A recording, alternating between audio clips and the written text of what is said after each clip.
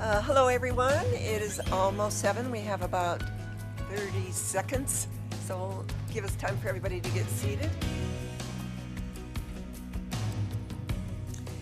Welcome, and it is great to see everybody's whole faces and no masks. However, I want to call the City Council regular session of March 29th, 2022 to order.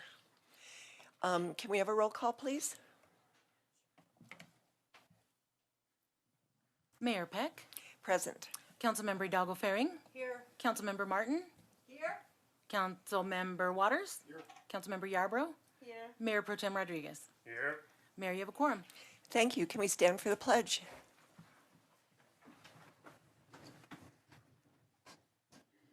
I pledge allegiance to the flag of the United States of America and to the republic for which it stands, one nation, under God, indivisible, with liberty and justice for all.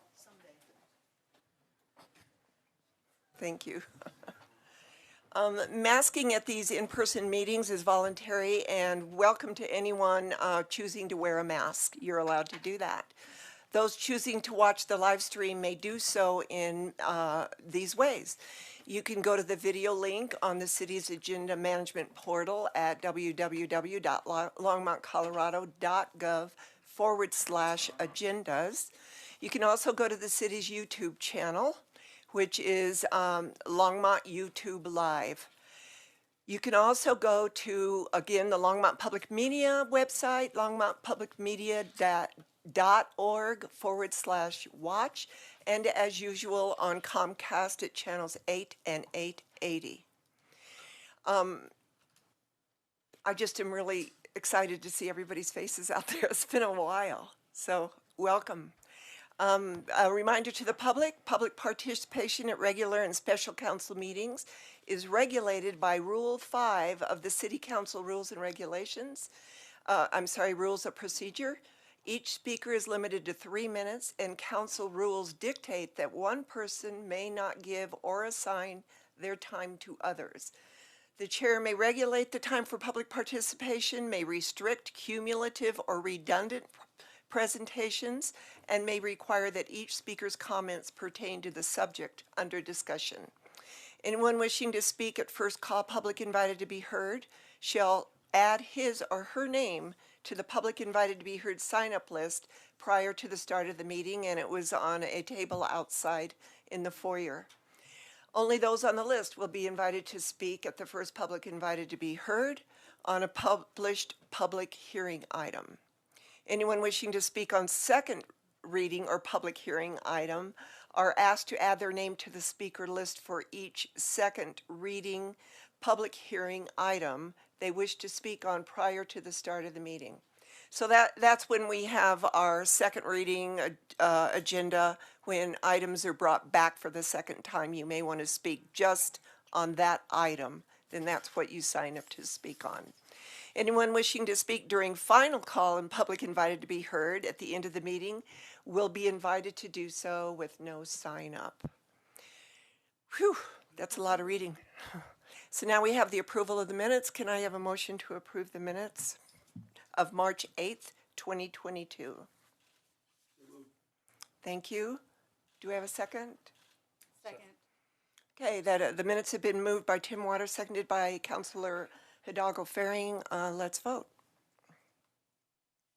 All those in favor, say, push yay or nay.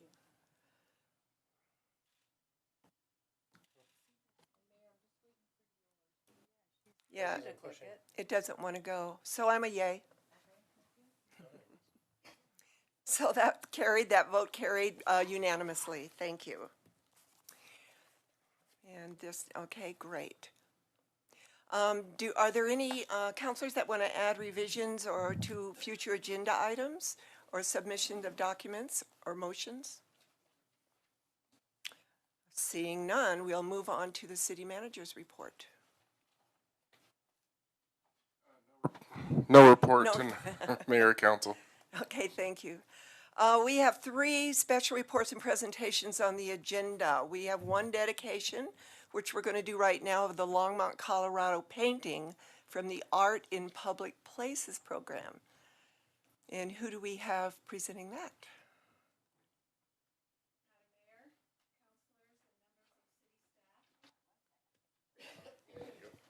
Thank you. Madam Mayor, councilors, members of city staff, and citizens of Longmont, good evening. My name is Randy Long, and I proudly serve as the chair of the City of Longmont's Art in Public Places Commission. I've been a faithful Longmonster for 12 years, and I'm honored to be invited to present to you this evening. Tonight, I'm happy to be joined by members of Art in Public Places to dedicate this artwork in commemoration of Longmont's 150 years as a gift to the citizens of Longmont.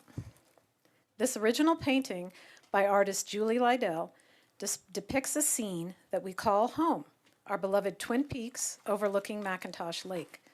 Julie Lydell holds a degree in graphic design and is trained Roycroft Renaissance craftswoman, thus continuing a centuries-old tradition. Her works depict recognizable landscapes and cityscapes in our centennial state. Inspired by the arts and crafts movement, Lydell utilizes color, line, and form to convey a nostalgic sensibility. She strives to creatively translate nature, architecture, and beauty into craft-style works of art. We are pleased to have this work in our city collection. The Art in Public Places Commission are stewards of the city public art collection. We manage the origination and care of the public art collection, utilizing task forces and selection panels in our community. Some of our well-known programs include Shock Art, which are those big, giant green electrical boxes that you see around the city, Art on the Move, which is a traveling artwork program, and we care for a vast collection of over 100 total pieces in public spaces. We will be very busy in 2022. You'll see a mural coming soon to the new parking garage going up on the Spoke building on Kaufman, ground murals coming to several parks, and a new sculpture as well. Our ongoing mission is to diversify the artwork in the collection while engaging the community, enriching our lives, promoting civic pride through city beautification, providing opportunities for local artists, and energizing all our creative citizens. Thank you. Thank you. Is Julie here tonight? No. That's too bad. Thank you. That is absolutely beautiful. Yep, that deserves an applause.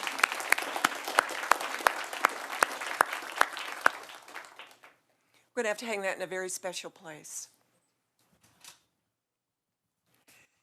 So moving on, I don't know if we can top that though. That was really great. Moving on, we have a proclamation that I would like to invite Lauren Hindershot and Morgan Lane, they're Niwot High School students, to receive this proclamation. Why don't I read it first, and then you can speak because I want to hear your story.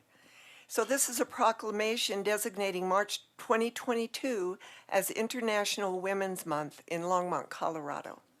Whereas International Women's Month is celebrated globally during March by those who believe in gender equality and who seek to improve the lives of all women and girls, two-spirit, and non-binary individuals and their families through cultural, legal, economic, social, and educational change. And whereas women and girls, in particular women with disabilities, racialized women, immigrant women, two-spirit, and gender-diverse peoples experience many barriers. And whereas International Women's Month is a time to work toward a world where each woman and girl can exercise her choice, such as getting an education and living in societies free from violence and discrimination. And whereas education for all students should address matters of healthy relationships at age-appropriate levels, including consent and understanding when it has been given or withheld. And whereas the City of Longmont is committed to promoting equity and justice and will continue to work to address the systemic and cultural barriers that perpetuate inequity. Now, therefore, I, Joan Peck, Mayor, by virtue of the authority vested in me, and the City Council of the City of Longmont, do hereby proclaim March 2022 as International Women's Month in Longmont and encourage all residents, including parents and students, businesses and visitors, to raise awareness so that all may thrive and build a safer and stronger community. Thank you very much. You want to tell us a little bit about why you did this proclamation? Hello and thank you for having us. I'm Morgan Lane. And I'm Lauren Hendershot. And we're juniors at Niwot High School.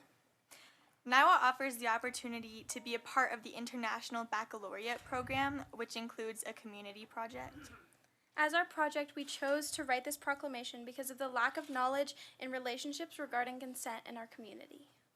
This is important to us because we are aware of the effects that this has on the people in our community, and we believe that it could be solved through education. With education about consent, we believe that we could work together to create a safer environment for everyone. Thank you. You're welcome. And I do want to say these young ladies contacted us earlier in the month. They've been working on this for a very long time. I wish it was March 1st that we could do this, but you know, take it at any time of the month. Would you ladies like a picture with us? We would love a picture. Let's go get a picture.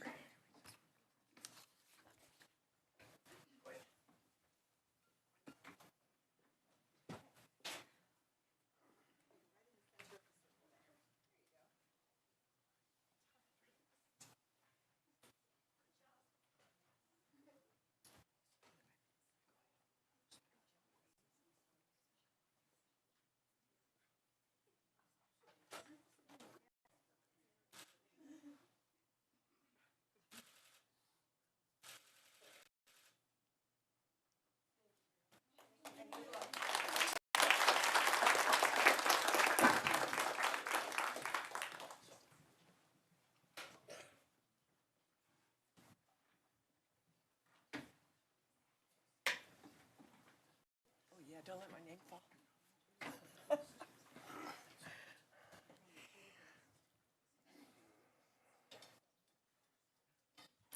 So now we're on to our third proclamation.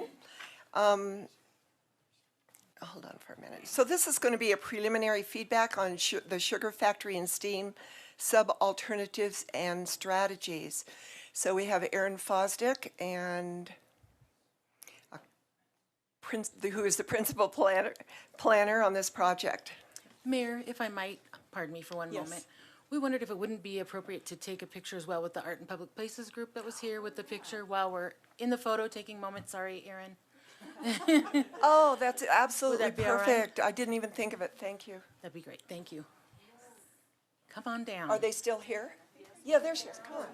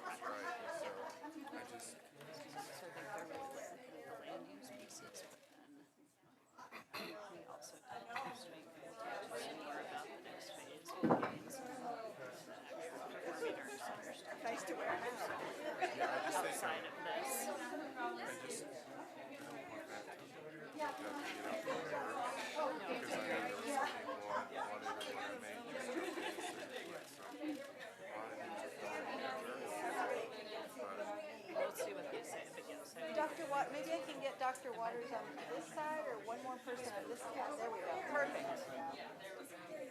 All right. Okay, scoot in just a tiny bit more. Perfect. All right.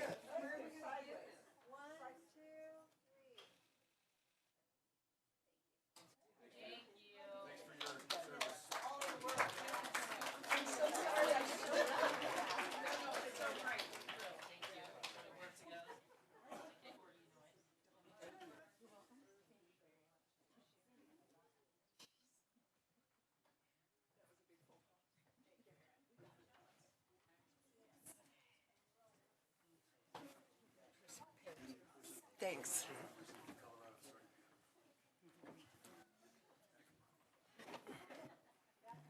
Okay, we're ready for Aaron now.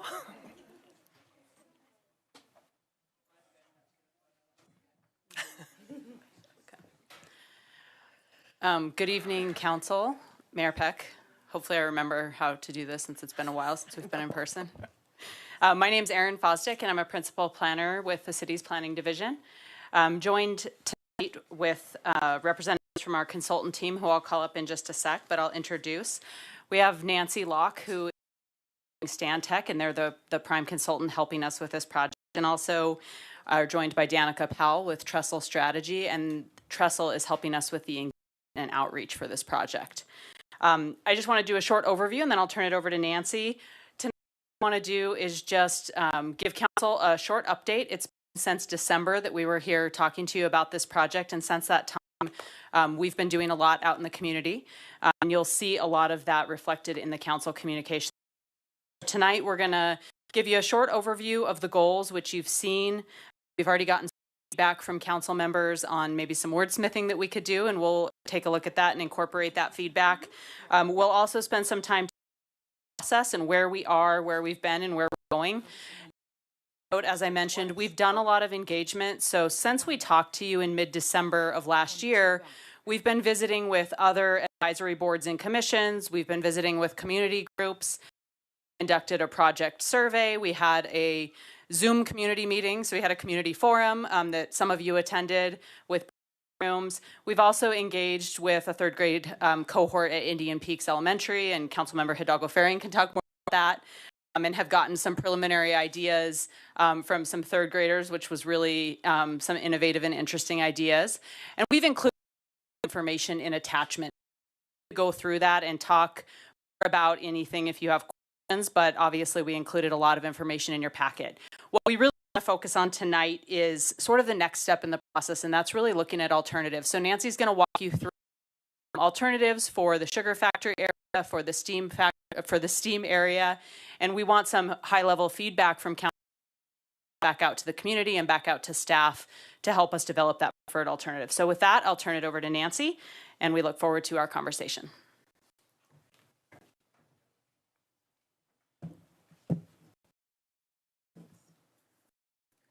Okay, thank you for having us here tonight. My name is Nancy Locke, and I will, let's see, do I have a clicker? Yes, I do.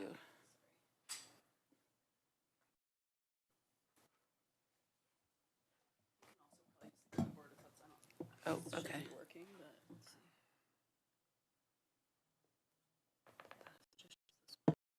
Great, thanks.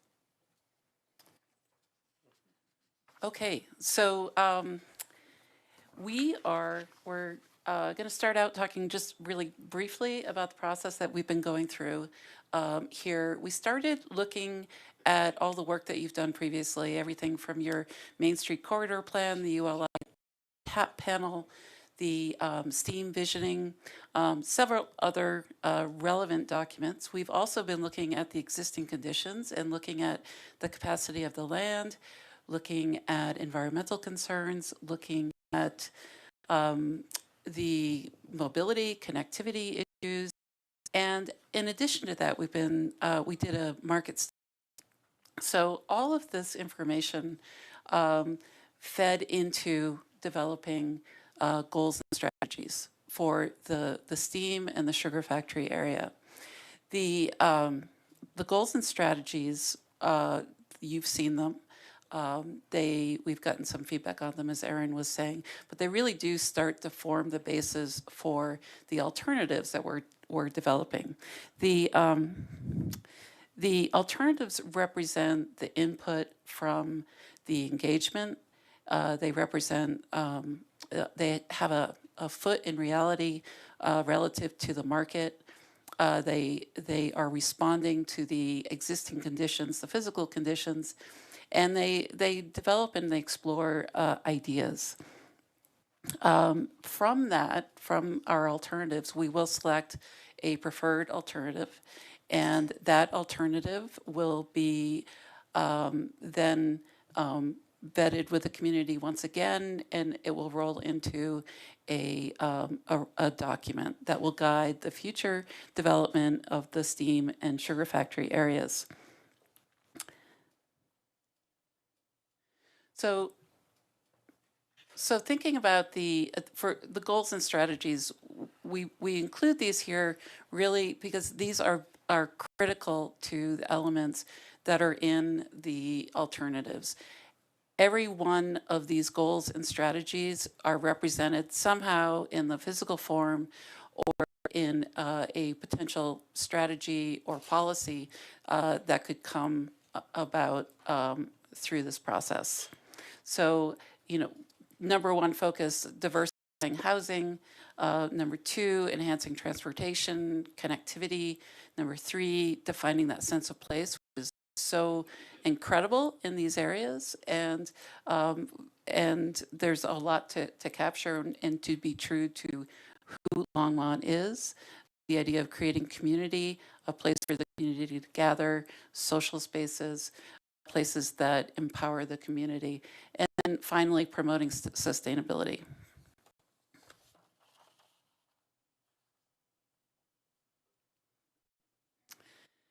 The market study is very important to whatever we do in this sub-area.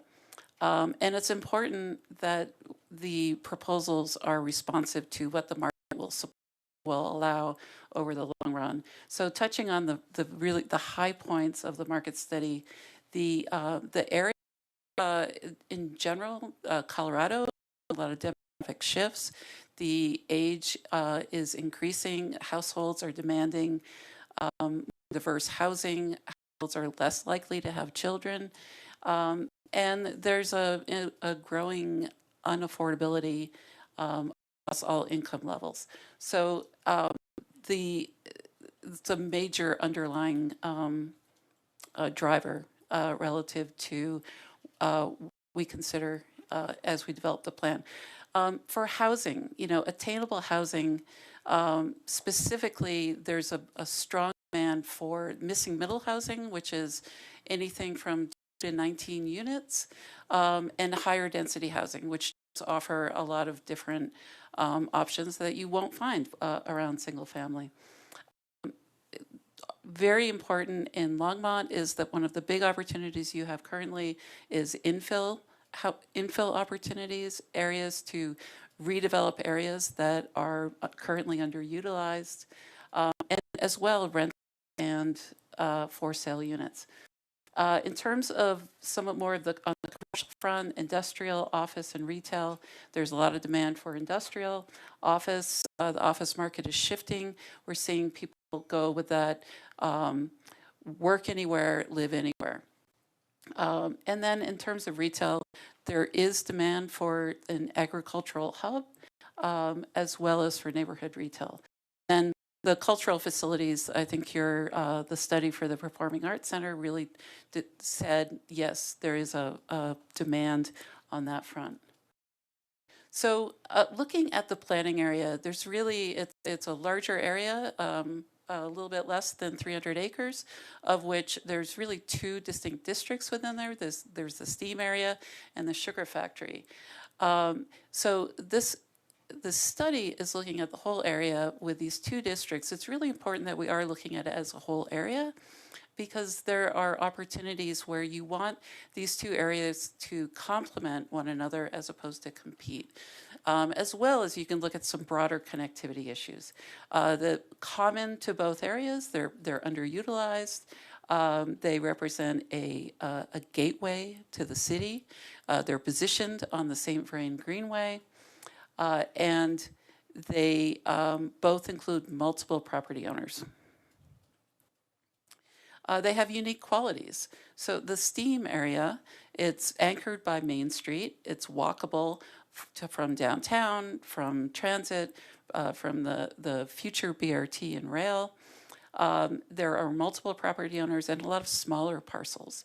When you look at Sugar Factory, it's more distant from downtown and existing transit. There are iconic buildings and symbols of Longmont's agricultural heritage. and there are fewer property owners and larger parcels. So there are opportunities that come along with that. So these alternatives, they explore the community visions for future land uses that are supported by the market. We will also look at the potential mobility framework in terms of street network, the hierarchy, pedestrian bike connections, and trails. We're going to look at the relationships between different land uses, and when you start to cluster one land use, how does it work with other land uses that might start to form some synergy? Big opportunities. These are two very significant properties. There are opportunities for transformational projects within the city of Longmont. We want to make sure that we capture those. So we have two alternatives for STEAM and two for the sugar factory area. Important to remember, the concepts represent ideas. The preferred plan will likely be a hybrid of the best, most favored ideas. For feedback from council, we are really hoping to hear any fatal flaws. Have we missed opportunities? Are there ideas you like? Are there ideas you dislike?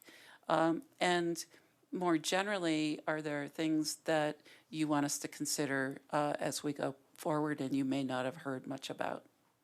The next step of this process will be to get community input on these alternatives and to develop that preferred plan. This is we've heard a lot from the community. You're going to see a lot of these elements in each of the plan. I won't go through them now. So first off, we'll look at the mobility framework. This area is really surrounded. The sub-area is surrounded by a lot of large capacity roadways.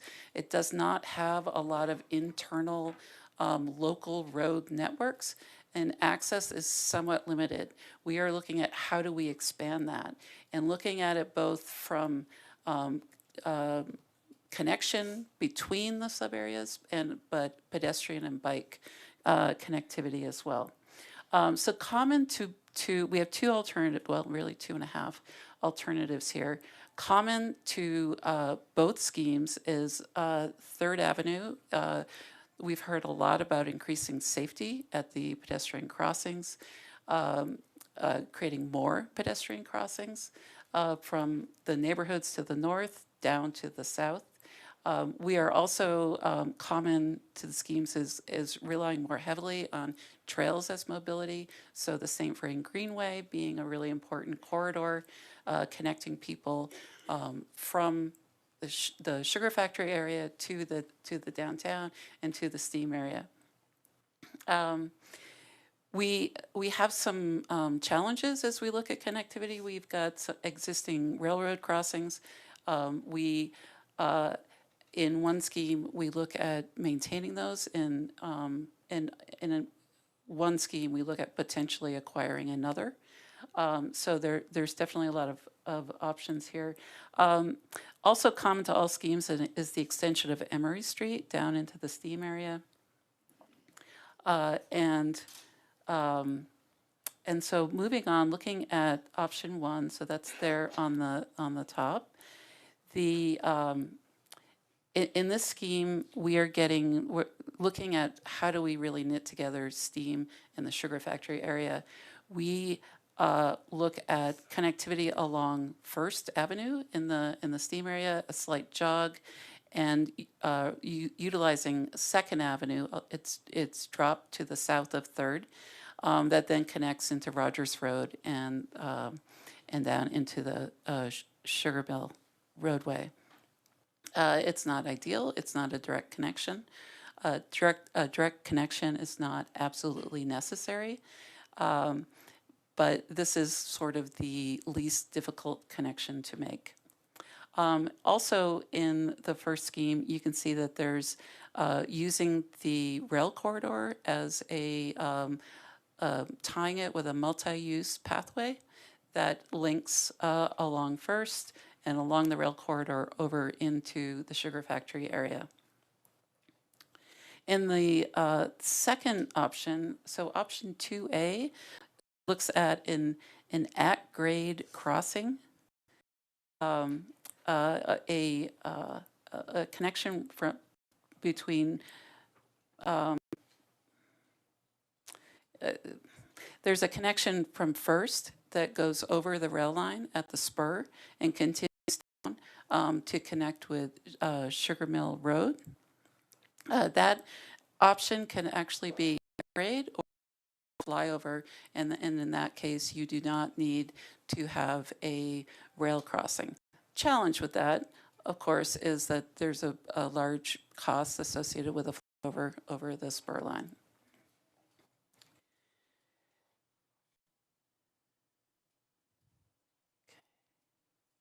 So getting into the options at the STEAM area, STEAM is interesting. As we said, you know, it's about 90 acres. It's got that positioning along Main Street. It's very important, and it's really right at the front door of Dickens Park. So there's a lot to work with there.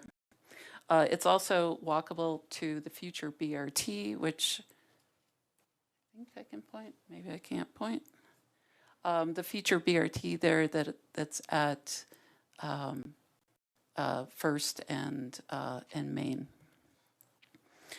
The alternatives. The first one says, what if we create this cultural arts core? We locate the Performing Arts Center there. We locate a live music venue. We position a conference center and hotel in this location. We anchor it along a plaza or a park space that becomes used for outdoor festivals. We surround the site with more higher density residential, and that represents one of the big opportunities. So the second says, what if we don't have the Performing Arts Center here? We look at a different location in the sugar factory area, but we develop more of a mixed-use hub, which is has a mix of office, has a mix of a food hall, food market, some retail. The conference center could be located here. There is residential, but we include more kind of office uses or potential campus uses that become more of an economic driver and supports economic growth in terms of jobs. So the cultural district plan, you can see the Performing Arts Center located there, fronting on Main Street. See that plaza, and then that hotel and conference center area really fronts on the park. It becomes very prominent on the park. They're connected through a Emory Street and the extension there, which is 3rd Street, which is also activated by Live Work. That's activated by some retail. There's a higher level of, there's probably more higher density housing in this. And you can also see there's on the right side over towards Martin and Boston, there is a potential nature center. We heard that from the community, or other arts facilities.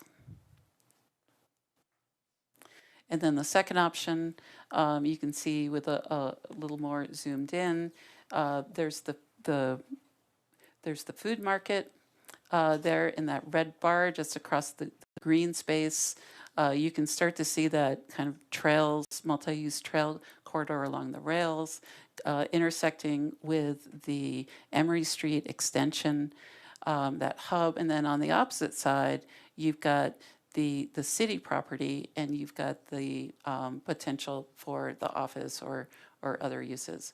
One of the big things here is to create this big gateway on the park that terminates from Emory. And looking at some images, the images really kind of help to give you a better kind of sense of what we're talking about. The Performing Arts Center really can add, it can be an iconic building architecturally. It's a very strong anchor to this area. But the outdoor uses, the plazas, the open spaces that can be used for a flow of indoor activities into the outdoors, different events, the shared street. You can see this image on the upper right. It's in Lubbock, Texas, in their cultural district. That becomes a very active area. On the lower left, it's a facility in Denver, the Mission Ballroom, where you have a live music venue and the associated outdoor spaces. And then the image on the right is the Jackson Hole Center for the Arts. And this is a very beloved performing arts center located right in the heart of the downtown, anchored on a community park. The Santa Fe Rail Yard is a great precedent for this area. So down in Santa Fe, there's the rail corridor. There's a number of arts facilities. There's a long corridor that connects them. It's called the Alameda. There's everything from movie theaters to restaurants to breweries to art galleries to arts institutions. It's a dynamic place. So you can have festivals on the street. You can have markets inside and out, and it is potentially a great precedent for Longmont to consider. The idea of mixed-use development, density of residential units that can start to support some additional retail, a mix of plaza spaces, a mix of office uses. This is the St. Anthony's redevelopment in Denver along Colfax or on the Sloan's Lake area. There's actually a movie theater anchored up on the corner of Colfax. Thinking about higher density housing, what does it look like? What are the possibilities? Really, can higher density housing be very livable, comfortable, surrounded by green spaces, pedestrian corridors, shared spaces, you meet your neighbors. How it's done, you can get ground floor retail, you can get other uses at the retail that activate those public spaces. You can also bring in green building practices, cross-laminated timber construction, green roofs. There are a lot of opportunities in looking at how you create this more sustainable area, but it's most sustainable by getting more people closer to transit and being able to live in a walkable area without having to rely on their car. Thinking about some of the public realm elements, the plazas, the streets, the interface with the park. It's Broad Street in Atlanta there, the image on the upper left. It's a street, but it can close down. People take it over. I think we saw a lot of that during the pandemic. The image on the right is the confluence, or Commons Park in Denver, where the 16th Street Mall terminates on the park, and it's a gateway into the park. Maybe there's a possibility like that with STEAM. The Monon Trail in Indiana, it's also a shared street, very active for bikes and pedestrians, and it's got uses programmed in along the edges. And then on the right is a park in Rhino down in Denver. Mixing in, thinking about office campus that can be very much integrated into the urban fabric and connected through a series of green spaces, pedestrian spaces, and really feel very much like a livable urban place. So moving into the sugar factory area, there are two concepts here. The first is looking at a cultural arts campus where there's a performing arts center as a primary element within. And the second is looking at more of an agri-hub, makerspace, maker-doer kind of space. And both look at a range of housing, but maybe more with a mix of missing middle along with the higher density. The cultural campus idea, you can see you create a strong campus there in the center core around the existing buildings. The I guess it's called the shed becomes engaged as also a performance area. You can get outdoor amphitheater. You can integrate a variety of uses, and then there's a amount of land, so the opportunities for this missing middle housing.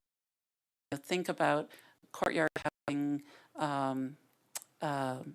garden courts, duplexes, triplexes, fourplexes, three-story walk-up kind of units. That really comprises that missing middle as opposed to the higher density. The second option goes more toward, can we explore the idea of this agricultural hub, greenhouses, technology, research facilities, flex industrial spaces, and the makers, which very much part of the Longmont brand. And integrating that with other facilities, whether it's farmers market kind of focus, food incubator spaces, the high yield urban greenhouses, smaller urban retail, but again, a lot of that missing middle housing. Through a few more images, a place called the Stacks. It's in Bethlehem, Pennsylvania. It's a redo of an old steel mill. They integrated a Levitt Pavilion, outdoor music venue, very popular. But they integrated a number of different uses, everything from office to STEM type of facilities, to event space, weddings, corporate events, a cultural park, working with the remnants of the old steel mill. Here's some more images of more of a cultural park. This project up in the upper left is a area in Auckland, New Zealand, and it's a very, very cool place. Outdoor movies on the old silos. In Duisburg, in Germany, playgrounds that integrate with the ruins. So a lot of different kind of cool possibilities there. And then a few images of what this missing middle really looks like. Images there on the left in Seattle. The idea of integrating these Wooners, higher density, but with a low-rise sort of development, integrating garden spaces, agriculture into the middle. A few more examples of that missing middle.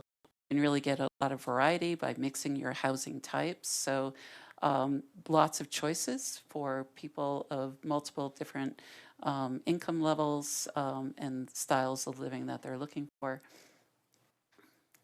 both rental and for sale. Images of that, the concepts around agricultural heritage, the idea of these open air markets, shops, educational facilities. There's the project there on the left is greenhouse above, restaurants below. The image there on the lower left is actually a parking garage in Jackson, Wyoming, that integrates a vertical garden along the wall, about screen visually the parking garage. And then there's a GrowDat facility. This is a place down in New Orleans. It's educational. It brings kids in. They produce crops, but it's also a place for events and different programs, and it's very successful. And one of the last ones we have here is this idea of a maker-doer campus. This is another steel mill redevelopment in Pennsylvania, where it's a net zero energy district, and they used a lot of the old structures. They integrated it with new structures. There's a diverse program of uses, everything from office to event space, research and development. I'm not sure if there's housing. And then closer to home, the source is another great example. Images there on the left, urban out inserting retailers.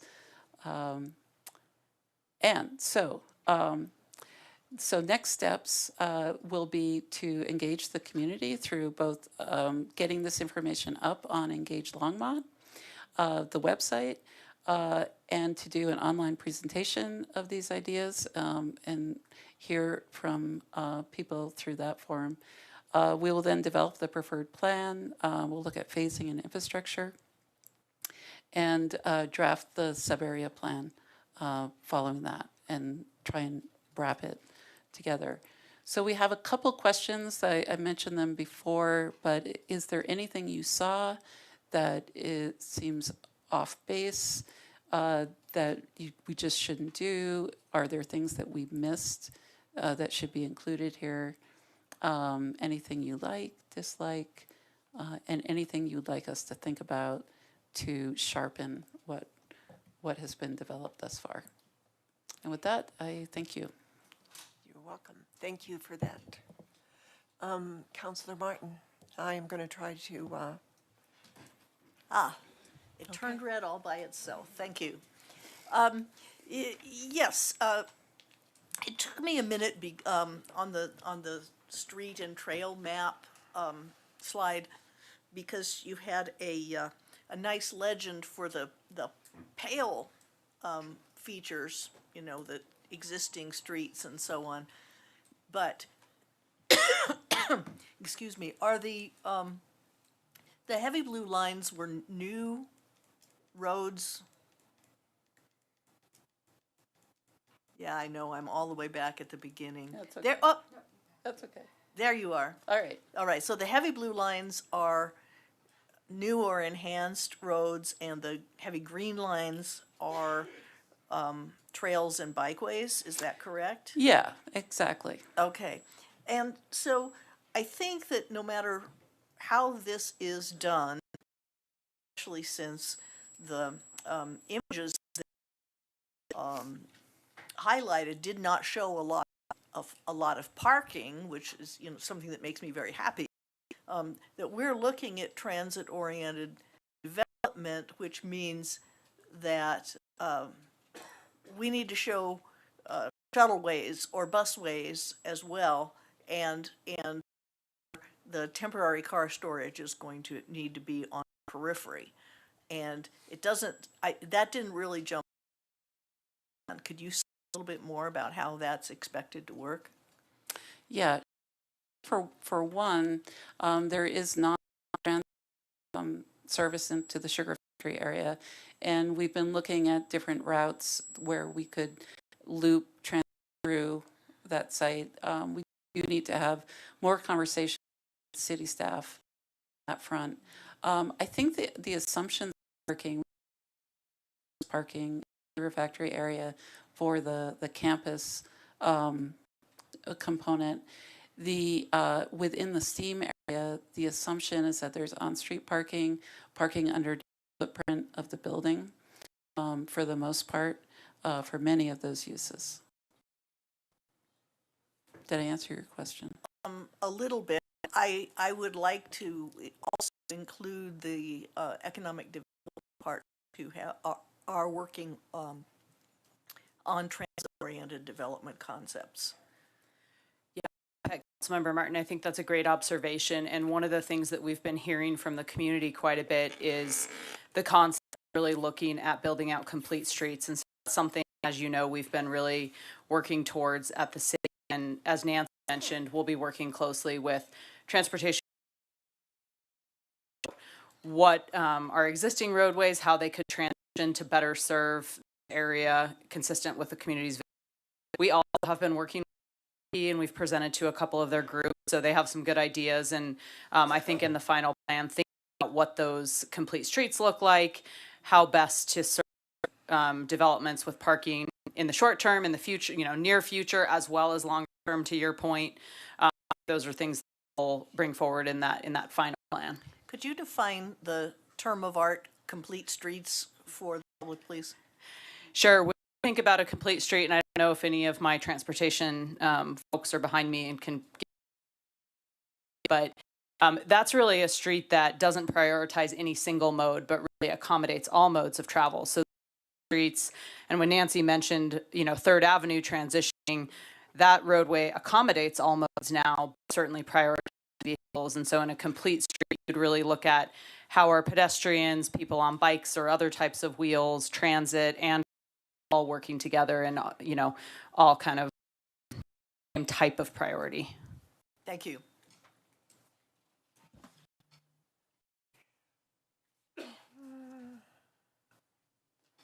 So, Counselor Waters? You can turn on me, not Waters. Oh. Can't see all the numbers. 8. He's 8. I'm 6. Okay. Oh, I tried again. I don't have, can you turn it off and on because you're not on here anymore. Turn it on, please. It's going to take me a while here to get this. From now on, I should be known as number 8. I guess so. Okay. I didn't know that. Are we working with the presumption the parking structure on the west side of Main is going to be developed or constructed so that for venues that require more than street parking, we would assume that would accommodate both the BRT, right, bringing people to the transit hub, and the parking station would accommodate a large enough numbers, visitors, whether they're coming on the bus or driving, to support a venue within walking distance of that transit hub. Is that that we're making here, or is that just to have no role at all? The reason I ask, Aaron, is this: as we looked at the options here, and where, as we've gone through these processes, and where a performing arts center might be, where a post-secondary campus might be, versus some of the other amenities we've talked about, it would seem to me that about parking already in the sugar factory area, we're going to have capacity. It would seem to me we'd be thinking about venues that would large numbers of people that require parking in proximity to where that parking facility is going to be, where people can park and walk, or take the bus and walk to, whatever the venue. To move the campus, the secondary campus, if we were lucky enough to attract, bring Front Range out of the industrial park, far east of that, doesn't make as much sense to me as it does to put it in proximity if we're also lucky enough to win support of Performing Arts and Cultural Center. Thus, the synergy between those two and the parking needs, for me, put them in the sugar beet area, if that's the kind of feedback you're looking for. Yeah, I think that's helpful, and I'll mention. Did I say sugar beet? Yeah. The other thing that I'll add, just to reinforce the concept that Nancy mentioned, is, we've been carefully studying previous efforts that the community does include planning at First and Main, and I see Tony behind me that I'm sure could talk a lot more about that, Main Street Corridor Plan, DDA Master Plan, which all really have more detail on particularly for the STEAM area. And so I think you're absolutely right that considering. And I'm going to jump in a little bit too. So being the city manager here and talking now about the financial implications and how that's going to come in, that's going to be a significant part of the next set of this. So for example, to interest in the sugar mill, and I'm starting to understand some of the financial components with it, and you need taxable value there, because in order to work, and so when you have non-taxable properties there, in terms of what that does in terms of cleanup, both of these are going to present interesting financial components that are going to have to be in play in terms of what really is reality, and what can be put into that capital stack. So that's part of the next layer of work. Tony, Development Manager. So in response to the question about the parking garage relative to the transit project we're working on. So right now, the design was about 500 total spaces in that garage, of which 200 may be needed for the adjacent we're trying to achieve there, which would leave the balance like weekends and evenings available for utilization of other public uses in the area. I think unfortunately, with a successful center, that's most probably not the number, a lot more parking. So the intention is the steam area or the sugar factory area were to develop, we would seek partnerships with themselves to build some additional parking into the developments so that we don't have these massive parking lots everywhere. The other thing that's important, which actually was brought up in this presentation, is that connectivity piece, so that where we do have capacity to park people, we have the means of back and forth to those various facilities. And so that's a major component of this planning effort relative to that connectivity issue. It's about transportation from one location to another. So hopefully that answered your question to some degree. Thank you.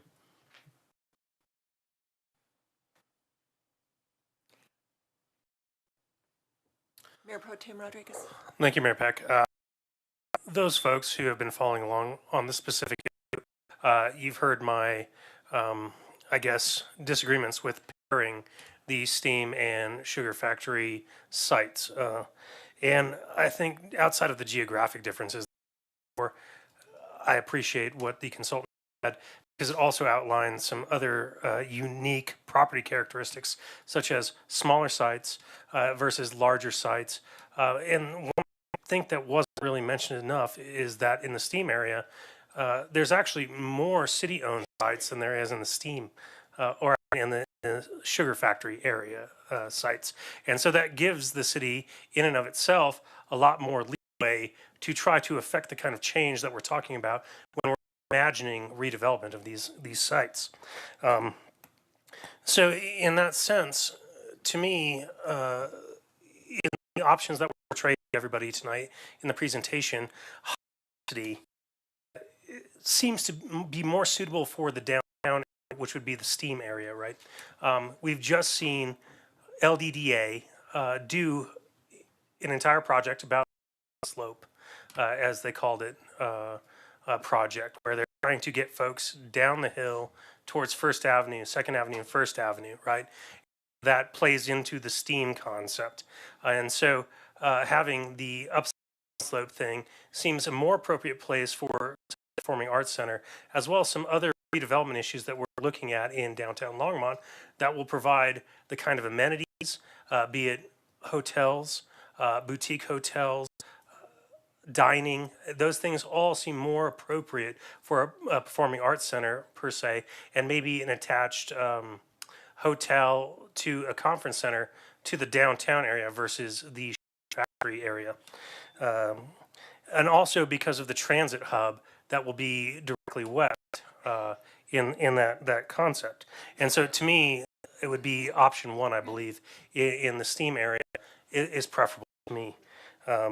Obviously, we see different housing options in both the sugar factory concepts, which I think is absolutely necessary. And I do believe that it needs to be a mixture in the missing middle, as well as continuing to look at high density, because like I said, high density in the downtown area, the STEAM area, seems much more appropriate as you look at downtowns all across the nation, right? As we saw in the comments, as my fellow colleagues, I'm sure, reviewed the packet, very vast difference between what folks had to say between don't develop anything at all, what I call the bananas, build absolutely nothing anywhere near any, right? And those folks are saying we need, we need to invigorate our Longmont. We have a very strong economy in Longmont, in my opinion. Only do better, right? We can only increase and add to that. And so I'm not a bananas guy, but I do think that there are appropriate places for appropriate things. At the end of the day, my question is, though, is that so much of the sugar factory area is privately owned properties and parcels. And so them asking the city of Longmont taxpayer dollars to do private-public partners or help doing some sort of environmental remediation, because we know that's likely to happen based on whatever these comes out as. What kind of changing codes can we really expect developers to see our and the community's vision versus what the developer wants to do to, meet their bottom line? And so those are my questions, but those are also my, so thank you.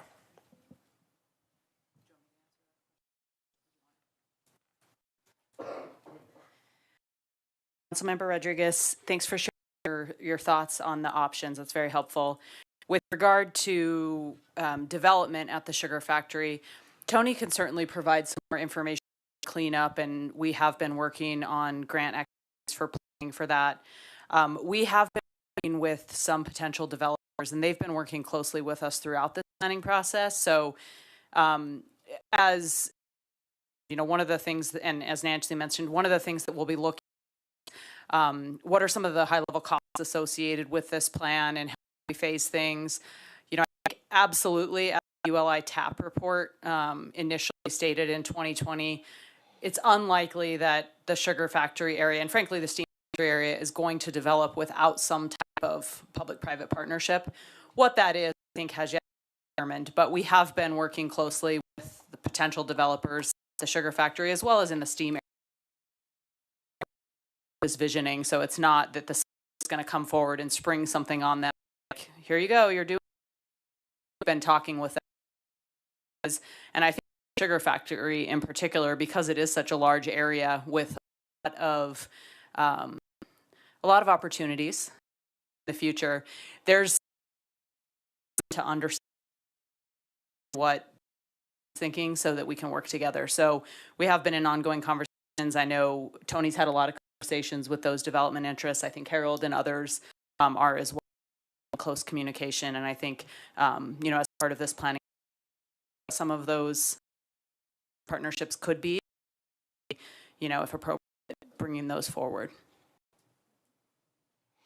Yeah, I think what I said earlier, I think in my conversation, definitely an interest in the community and what the community interest is, but I think it's also balanced the reality and the financial reality in the property, and then seeing how best you can bring those close together, and then what's gaps and how are you looking at it, and you look at the public-private partnerships, similar to what we've done in areas, is how do you kind of make it isolated where you're looking at the area paying the public-private partnership where you're not burdening the broader community in certain areas.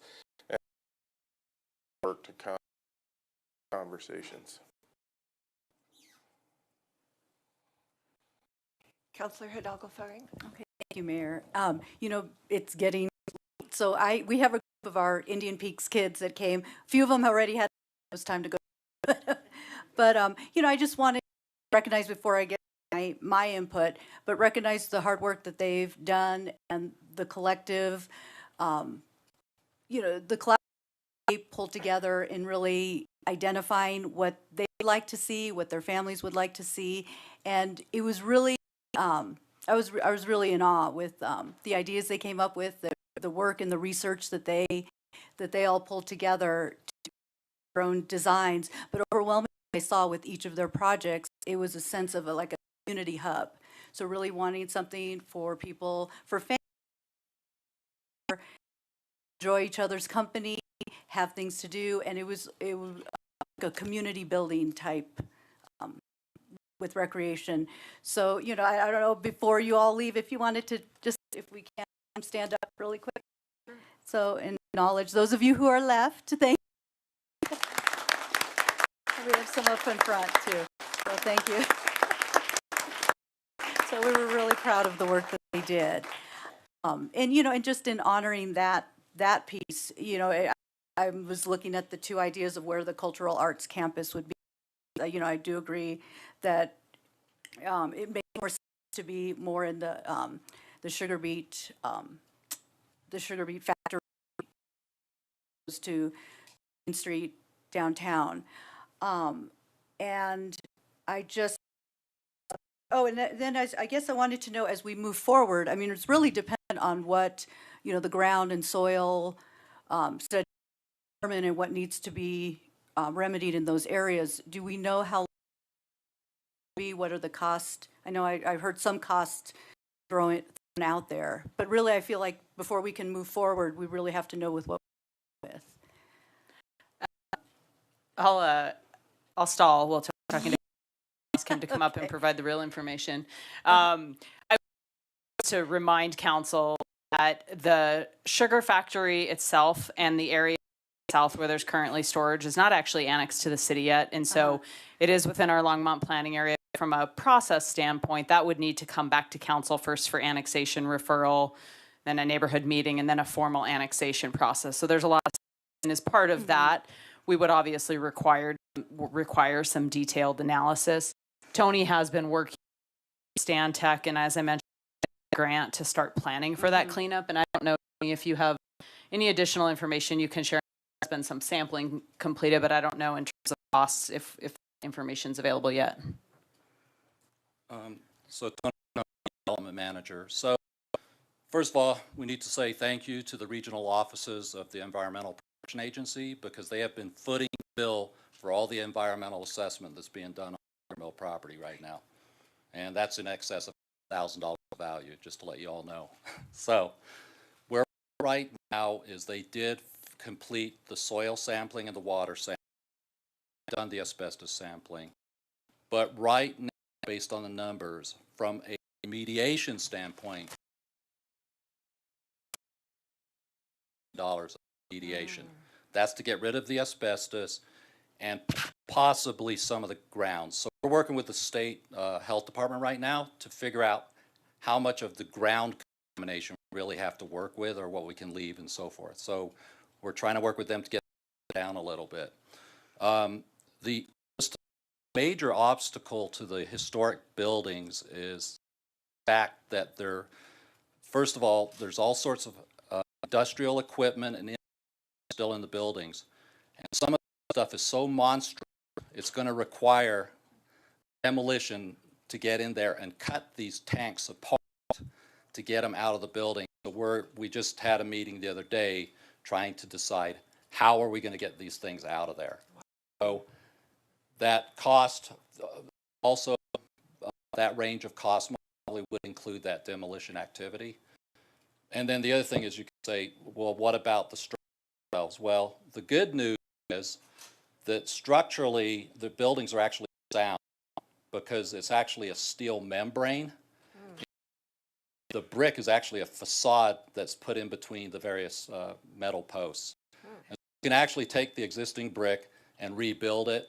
We are actually looking at the possibility of taking some of those walls out to get the equipment and then rebuilding those back in place. So we don't have any estimate on that. And if we get more information, a more refined number, we'll be glad to come back to council and discuss it with you. Because just to let you know, that will be part of the funding equation from a public partnership standpoint. Okay? Thank you. Yeah, thank you. So interesting is a few of our 8-year-olds had talked about, well, if they remove walls and then they can build. So right there with you, future engineers. I do recognize, and I'm sorry, I assumed maybe those were some of your students, but Yes. didn't know. So maybe in our next visit to council, we can formalize having them come. I think the ideas they came up with were incredible.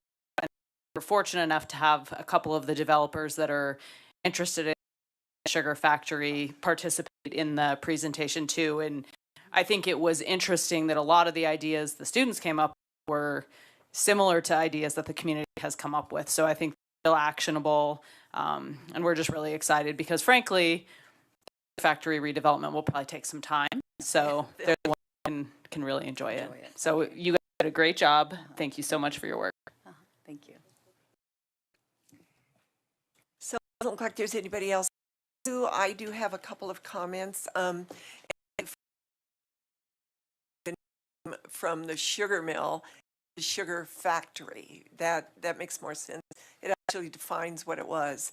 So when we talk about the missing middle, that was a huge part of this conversation. I want to remind people that in our development we have 12% affordable housing. So it won't just be the missing middle. And that's really important as we work equity in everything we do. And we didn't talk about equity at all in this, but I just want you to know that that is a huge part of what Longmont has decided they were going to do. The city is to ensure that everything is equitable that we do. So I also was questions about the parking garage because even though the dream is we're all going to have jetpacks and fly around to, it isn't going to happen. We're still going to have cars, be they electric or combustible engine. So it's really important that in these large venues have parking garages. I agree that the arts campus area because that thinking about transportation and out 50 if we're going to have walkable and big venues, they need to be where the transportation is going to be. To have it out at the sugar factory, it would be far away for a bus or a train at this point in time as we're through this. It doesn't seem like that would be a viable area. The other thing that is mentioned a lot, and I don't know if it is a new term that is coming out in presentations, but that people, children, or this is not built for families, that's very short-sighted. To say that we're going to build a development and most people who are going to live there, is what I am assuming from what I've heard, they're not interested in having families. There's going to be the middle working class area. I think that's real short-sighted. Who knows in 15 years or 20 years that children have input into this project. I just have a problem with us saying that. The other thing, when we talk about the campuses, are we talking, I am hearing retail campuses. Are we still in conversations with universities? And the original conversation that I heard was University and Front Range Community College partnering and having part of this be a joint campus, possibly student housing or affordable housing around that. Is that still part of the conversation? Mayor Peck, I think in the concepts that Nancy presented, they're intentionally flexible, right? So that campus could be different institutions, and some of the examples she showed were that. I think it could absolutely be a campus for higher education. We actually have Front Range. They've been more involved in this project, and Great. so potentially next time we chat, we'll have a little bit more information to share. But I think absolutely, this is not programmed. It's so specific that it's one type, and I think those are things that would need to be flexible and could certainly accommodate type of use. Oh, that's good to hear. And I think in terms of universities, we were having conversations. University of Colorado was one of them. I think obviously COVID hit, and so everything shifted. And I think to a certain extent, engage them on this. But universities are also right now reassessing their world based on COVID and how they're holding classes. It's interesting. I have a daughter in school. It's the online offerings that they're putting out is significant. And I think to Aaron's point is how do you have a use facility? And that was one of the things we talked about with the University of Colorado, where you do have something built really off of our fiber backbone. You could have really a really high-tech set of rooms where they're using for different things. You have to re-engage on that conversation. Okay, great. I'm glad to hear that. But the biggest question is, going to be out there? Okay, I see her shaking it. Thank you. Great presentation. This is really, really exciting. Thank you for your feedback, and we'll be in touch, so to speak. Okay.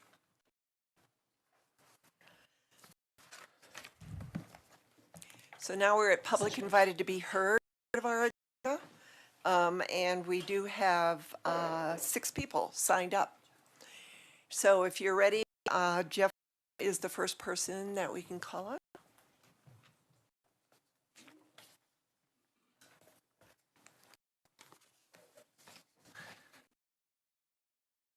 Good evening, Mayor and Council.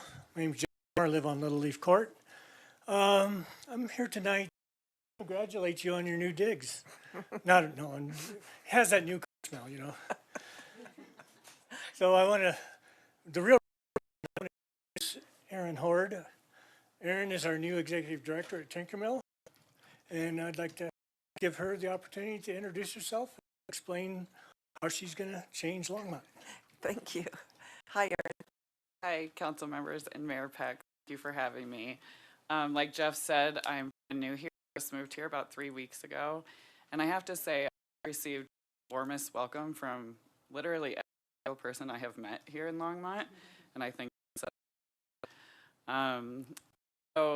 I'm really here to find out ways that Tinkermill can with the larger community and with and partner with and collaborate with partners side. So I'm here to meet all of you, a few of you so far. I would love to invite everyone here to, every single one of you to come to, never been there, it's a makerspace. It is here for you. Generally people in STEAM come to make a prototype, start a business, connect with the community there, and make something. So please come anytime. I'm there every day. I'd love to show you around. We also give free tours every Sunday from 2 to 4. So please stop in. But I'd love to connect with any one of you and find ways that Tinkermill can help this community to be even stronger and be an asset for the community. Thank you. Thank you, Erin. Go out and have a Tinkermill, and I am incredibly impressed by what the amount of equipment in there and the things that you do is overwhelming. And it's a Tinkermill in our community, and everyone should go out and at least look at it and see what you can do. We get really inspired. Thank Thanks, you, Mayor Erin. Peck. I agree. Next, we have Don Colson. Don here? Oh, there he is.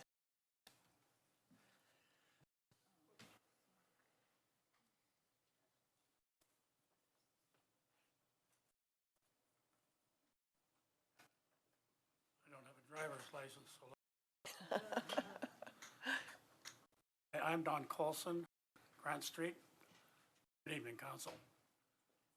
About 2-3 weeks ago, I was watching a clip on CNN and saw something that just broke my heart. There in the middle of a dirty old filthy street in Ukraine, a woman's body, an old young man sobbing his heart out. His mother was dead. I couldn't watch it. I vividly towers tumbling in New York, and I sometimes wonder what in God's name humans can do to each other. Tonight, I'd like to speak to council and ask them to throw their support in whatever we can do to help the people.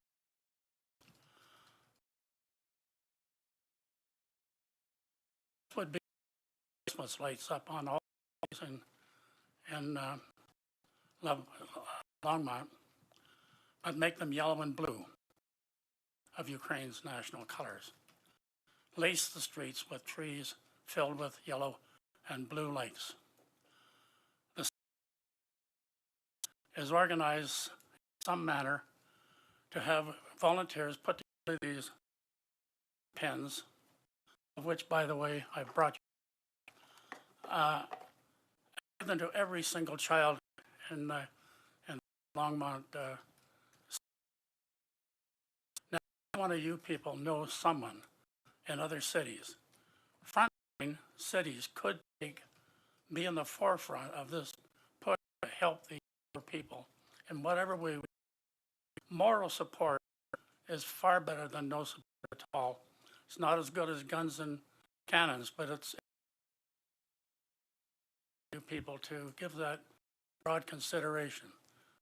If we could reach out to the Ukraine communities around Boulder County, I'm sure there are many people with their footsteps in Ukraine. Maybe they would come forward also, and suggestions that we can do. I'm 89, I'm tied to a wheelchair. This one's got a battery.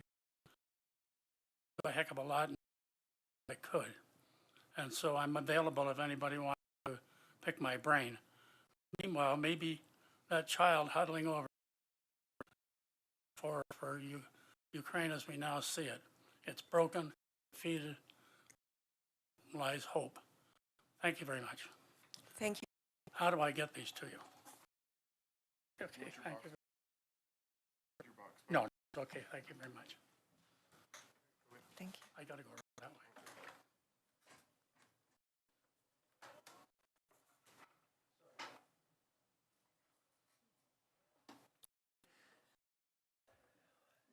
Fine. Thank you, Don.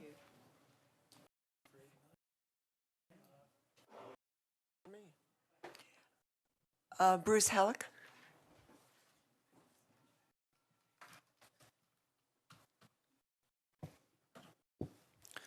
Good evening, Mayor, City Council, and Councilman Waters, and fellow citizens of Longmont. My name is Bruce Halleck. I'm on the board of for the homeowners association known as the Villas in Pleasant. In November, we had a number of petitions to Mr. Waters in support of a work project called Spring Beach 2.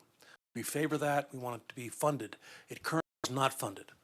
It also provides drainage into an area in the villas called Outlet. That is below water level, and so groundwater perks into it, making it a swamp year round. As you know, recently, there was a article about West Nile virus and becoming the Goldilocks zone for it. Michael Keithling, Long Lakewood, died in November of last year. West Nile virus in August. I did too. I was found unconscious in my home. I was taken to Longmont Memorial. I was in intensive care for 10 days. I was then in a recovery room, another 10 days, released on the 4th of September. I was released from rehab on the 11th of November of last year. Fortunately, I did not die. I was in good shape. But others may. If we don't get grants from the state or federal funds, you know, there's a lot of federal money related to COVID pouring in the state being used for non-COVID related projects to renovation. I would encourage you, planners and other people, to pursue grants within the state and also to improve Spring 2, get rid of the mosquitoes, also help us do the renovation work in Outlot A, because if any of you want to wake up anytime this year or next year to the story of someone else from West Nile virus, it could have been prevented by getting rid of the swamp area in Outlot A and Spring 2. Thank you.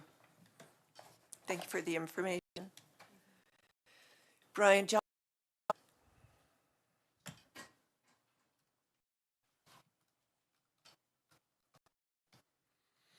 Brian Johnson and 926 Coffee. Appreciate the opportunity to speak. Those of you on the council more than recall the concerns once raised by Karen Antonopoulos, who was the reporter for the Times.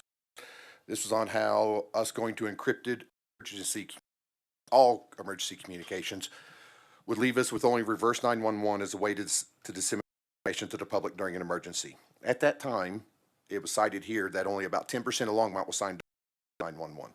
I was at that meeting, had actually just finished emergency communication management class in grad school from Dr. Paul Cromwell. I recognized the legitimacy of her concerns, made no doubt about. But then after that meeting, when those concerns materialized after the first shelter in place following that meeting, I came to the council and brought it. You recall that I brought slides from people online saying, we don't know what's shelter, can I leave my house yet? Is it still going on? Because the police just the follow up, no more information being disseminated. Well, as I do when I bring something, I always try to bring solutions to the table. There were two I brought.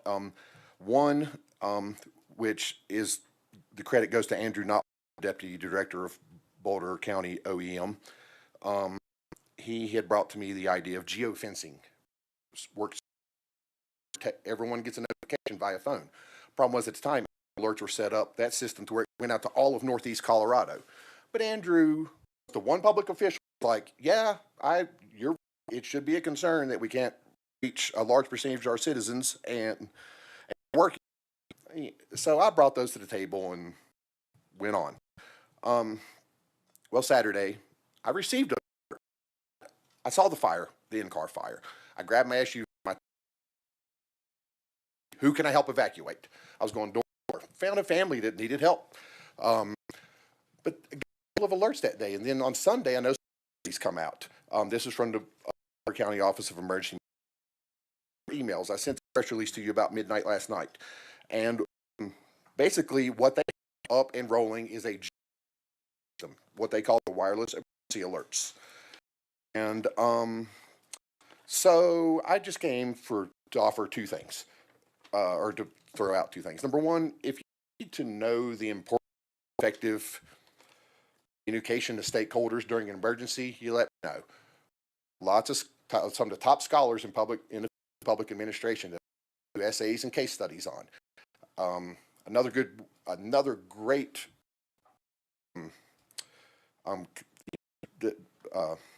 this is you can if you have is the 9/11 Commission report. They have a whole section on the importance of disseminating information to responders and the public during an emergency and how important. So I wanted to offer, if you need literature, I got it.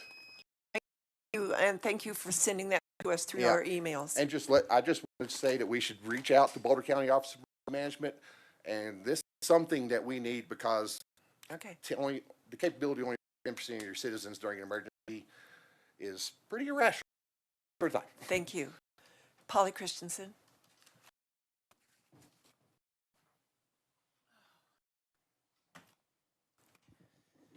Hello.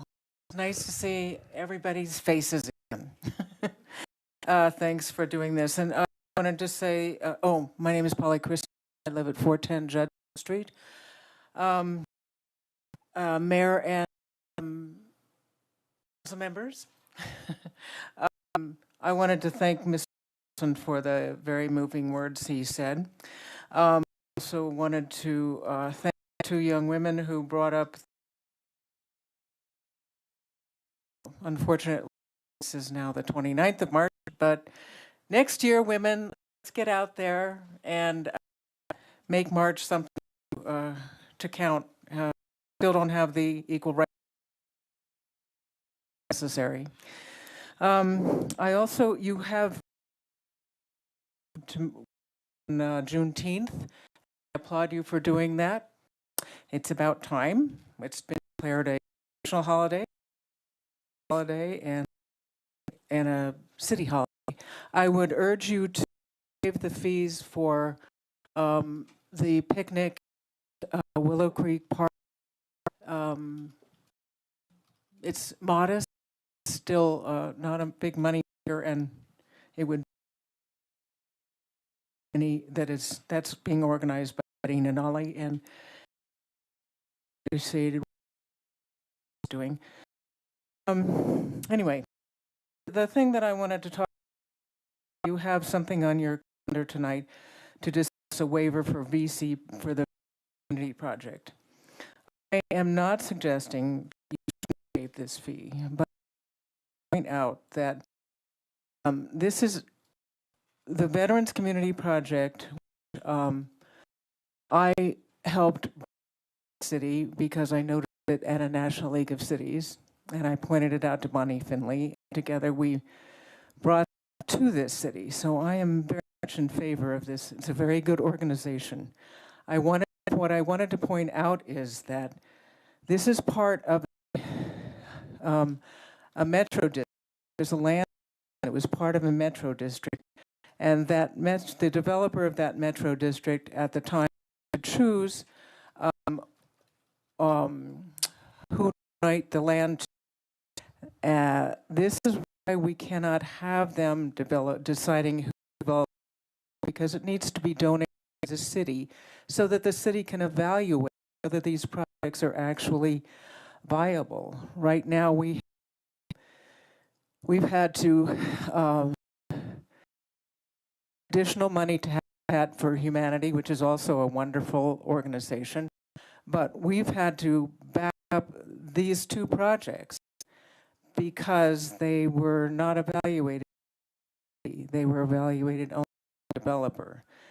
It is true that Kansas City waived their fees, but that's because I spoke to the Kansas City city councilor when I was out at the groundbreaking.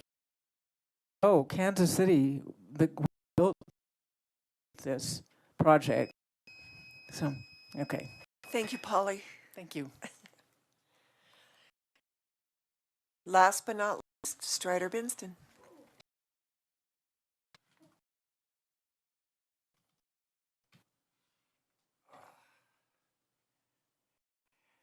I don't walk so well, but I bike. Strider Benston, 951 17th. Thank you, and council. Glad we have meetings again. Today, a federal judge gave a ruling of 55 pages, and he pointed out no accountability. There is no law. He indicated that participants in the January election must turn over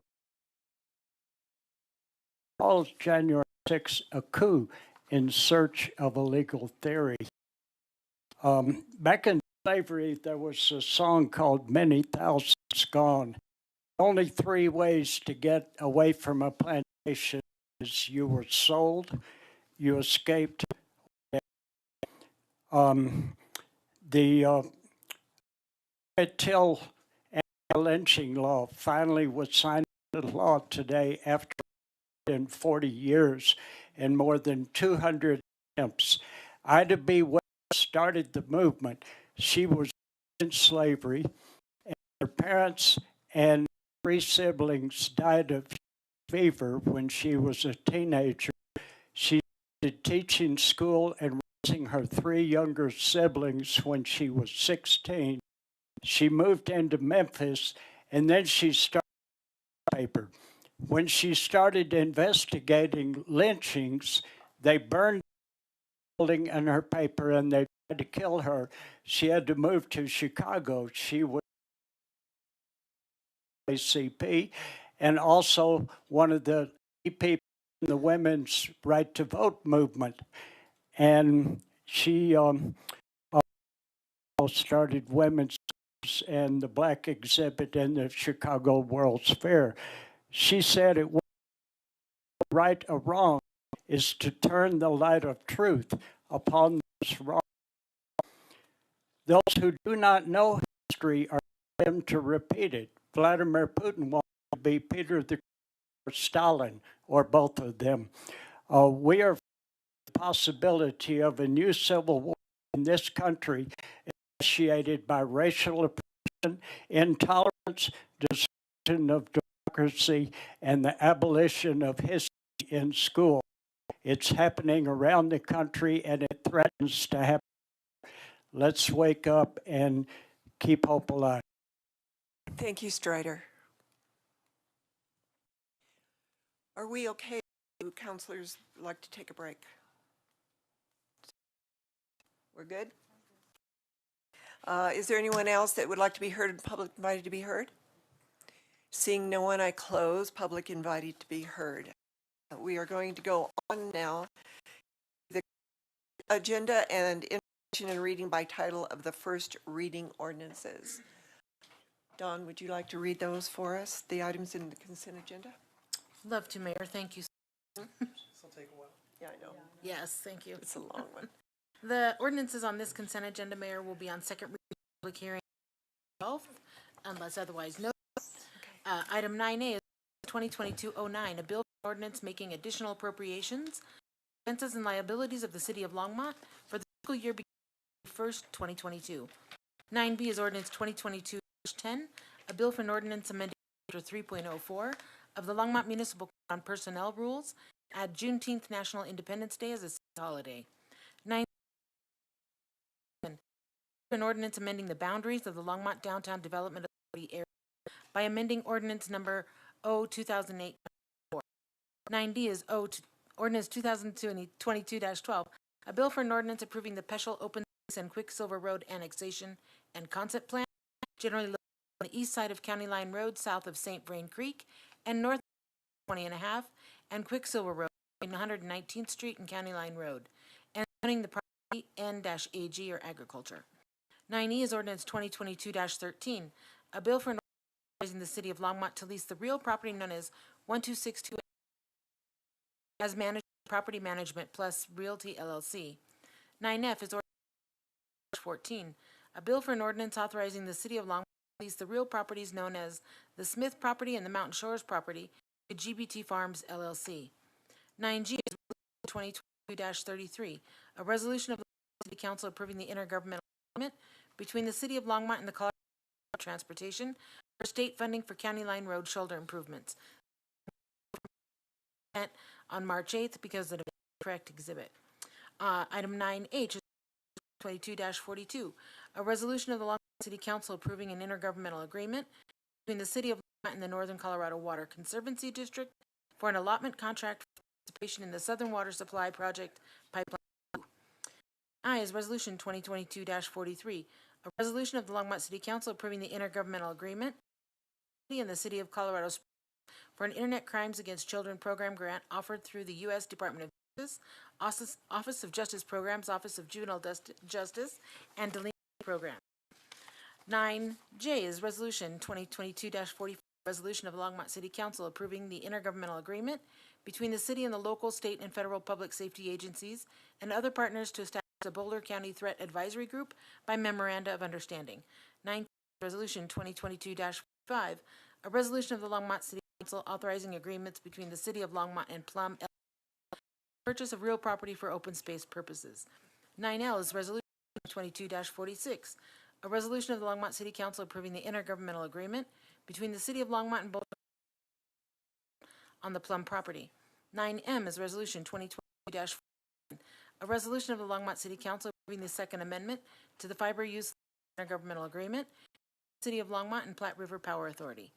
9N is Resolution 2022-48, resolution of the Longmont City Council approving the intergovernmental agreement between the city and Colorado State University for grant funding, research on evaluating the effect of indaziflam herbicide on soil microbes and native plant community. 9O is Resolution 22-49, a resolution of the Longmont City Council approving the intergovernmental agreement between the City of Longmont and for research on the evaluation of the ecological effectiveness of the Resilient St. Vrain Project. 9P is Resolution 2022-50, a resolution of Longmont City Council approving the intergovernmental agreement between the city and Colorado State for grant funding for Sandstone Ranch plant monitoring. 9Q is Resolution 2022-51, a resolution of the Longmont City Council approving the intergovernmental agreement with the State of Colorado for a state aviation grant for airport pavement maintenance at Vance Brand Municipal Airport. A resolution of the Longmont City Council approving the intergovernmental agreement between the city and the State of Colorado Department of Human Services for household water assistance to Longmont residents. 9S is Resolution 2022-53. Longmont City Council approving the intergovernmental agreement between the city and the University of Colorado for a live performance by the University of Colorado Playback Ensemble.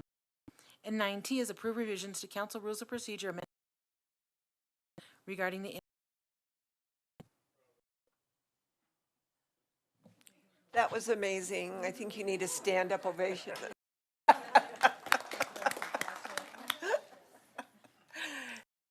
It looks like we have our Councilman Martin. Thank you, Mayor Peck. If nobody has anything to, I move the consent agenda. Second.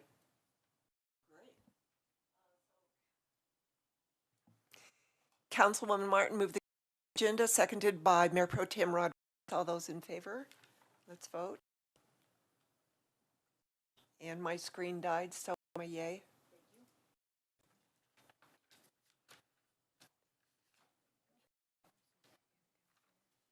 Okay. So that passed unanimously. I am getting my screen back.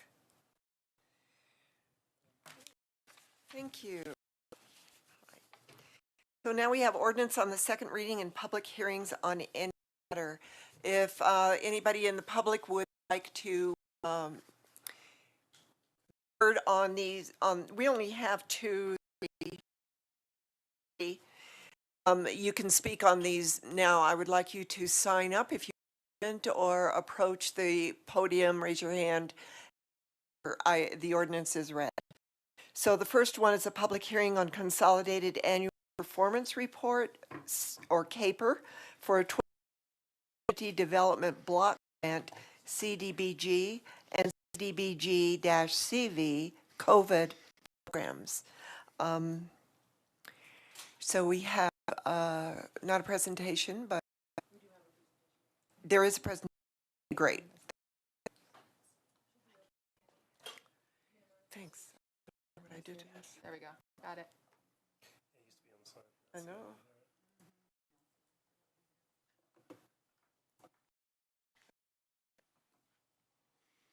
Mayor Peck, members of council, my name is Molly O, Community Investment Division Director, and I'd like to today on the 2021 CDBG Housing Program accomplishments. So starting with the rehab program, we provided total of rehab program assistance in the amount of $83,773. That's 20 total households assisted, of $6,981. This is a decrease in volume. I put 2019 in here to compare since that was our last full program year before COVID. You can tell that's quite a decrease, 83 down from 380 in that year. That is 43 households assisted. It did have a higher average cost, but that's because we had more general rehabs doing the projects that we've had mostly this year are smaller projects for efficiency and heating and cooling. So really is struggling with not enough contracts. Each job is taking longer. We have to bid them multiple times. Costs of materials are going up. So we are really looking this year at how we can target some improvements in that program, make it to really ramp it back up after COVID. We did only open it in May 2021 as well. For our CDBG program, we offered a grant to Boulder County for the housing counseling program. We fully expended that and assisted 202 residents with over $379,000 leveraged. The security deposit program to support vouchers for the unhoused, that program actually ended up locally funded voucher program. And so we're going to be repurposing those funds to support the Crispin 2 project here in the next month. We have a $350,000 grant to the Crispin 2 project that I just mentioned. This will be spent in April 29th should be the day, to create 83 new homes, rental homes. And this leverages $26 million, more than. Our last CDBG project is the rehab of the Imagine group home, one of them. This was delayed due to COVID surge because this is a vulnerable population. So we'll be doing this project this spring. This will preserve affordability and make improvements to better serve the residents there with intellectual and developmental disabilities. Our grants to the Longmont Housing Authority, we spent down $150,000 of the loan principal for the refinance and rehabilitation of Aspen Meadows Senior Apartments. That preserved 50 affordable homes and leveraged another over $14 million. We provided about $6,900 grant to the suites for security measures to improve safety for the residents living there. And we have our CV funding. So this was first reported in 2020 and will be going until we complete the expenditure of this program for the next couple years. Hopefully not, but we have the ability to do that. We provided rental assistance through the R Center. We spent $105,000 of CV funds, and this is actually in addition to another 103,000 or so of regular CDBG. So we spent over $200,000 providing rental assistance to low and moderate income households impacted by COVID. Together between the two programs, that was 86 households served. Then we have the rental assistance program through the R Center did complete. It was a struggle using CDBG funds for that because there was a lot of funding sources available, and our center ended up using a different funding source for that. So we transferred that funding into our Fresh Start Utility Billing Assistance Program, and that's about $580,000. So there's nothing spent in 2021, but we did kick off that program towards the end of the year, and we've already spent about $114,000 preventing utility shutoffs for 66 households. So our CDBG program comparisons. So we've expended 37% of our 2021 grant funds. That is kind of in the middle between 2020 and 2019. We are 17% of the way through our CV expenditures. Our 2021 timeliness ratio was 1.54. So this is the first time we've been over the 1.5 limit in years and years. But this was common across communities across the country, much so that HUD waived the corrective actions for the year 2021. And as long as we meet our 2022 timeliness ratio, we won't have any special actions to complete. We are back to we need to spend $519,000 by October 31st, and we expect to be able to do so. This year we leveraged $83 for every $1 in CDBG funds. This is great news to see when a lot of the COVID-related challenges for the program don't sound as big, even though we're still delivering great services to our community. But we had two larger development projects that leveraged a lot of funding this year. We spent 16.4% of our funding on admin when the cap is 20. In those comparison years, it's pretty similar in line. And 79% of the funding spent in 2021 benefited low and moderate income residents. This is a change from the last couple years, and this is really a small number of people that were not low and moderate income through the Housing Council program, but really it's just our lower total dollar value that's throwing off that number. We're still above the requirement of 70%. Here's our program accomplishments. So you can see from last year how much was unexpended and then how much is unexpended here this year. So we are higher than last year, not by very much. The CDBG funds are unspent. We are unspent. So we really need to get our rehab funding out into the community. That's about $255,000 that we have. The 2 project and the Imagine project just happened to time out to come forward in spring of this year. Those will get expended here quickly. The CV funds, as I mentioned, were difficult to spend for rental assistance to the regulations and other funding sources. And so we're trying to pivot that towards utility assistance as much as we can. And there's the Fresh Start utility assistance. So that's Fresh Start is definitely the highest balance remaining. In tracking our equity and inclusion for this program, so 56% of the households served had incomes below 30% AMI, and 6% of those had households, heads of households that were people of color. So some data on that. We are serving more than the representative population in Longmont for Black and African American households. We are right in line for American Indian and Alaskan Native households, and we are under the representative population for Asian and multiracial households. And we are slightly under 22% served versus 24% representative population for Hispanic ethnicity. So we're doing well in some places, and there's room for improvement to keep an eye out for our engagement practices going forward. For our affordable housing program, we had one other project process fee waivers this year, and that was $27,943 for the 44 affordable apartments at our affordable housing projects coming up are the city-owned rehab, city-owned property rehab. This is the Adrian House. This is one of several properties that are owned by Public Works and Natural Resources. This will be, it's out for bidding, and so we're hoping to construct this spring and then get a large family housed.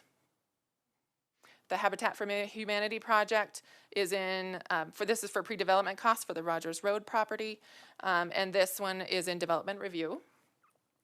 Element Properties, this is $250,000 for pre-development costs. We have spent this down partially. The 9% tax credit application process that was completed February 1st, we should hear by May, and we're feeling hopeful about that. And so the rest of those funds will ramp up.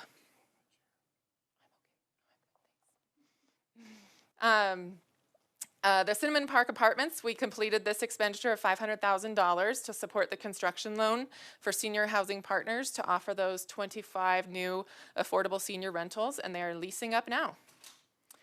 We have not yet expended officially, but we will be starting our Affordable Housing Fund payments for the Mustang Affordable Housing property, the 9-acre property associated with the Costco development. This will now fund infrastructure improvements, so we're gearing up to make those first payments into the fund that will go towards that. The ARPA funds were leveraged to acquire the property. And the Crispin 2 land acquisition, we've discussed, but for additional support for pre-development costs.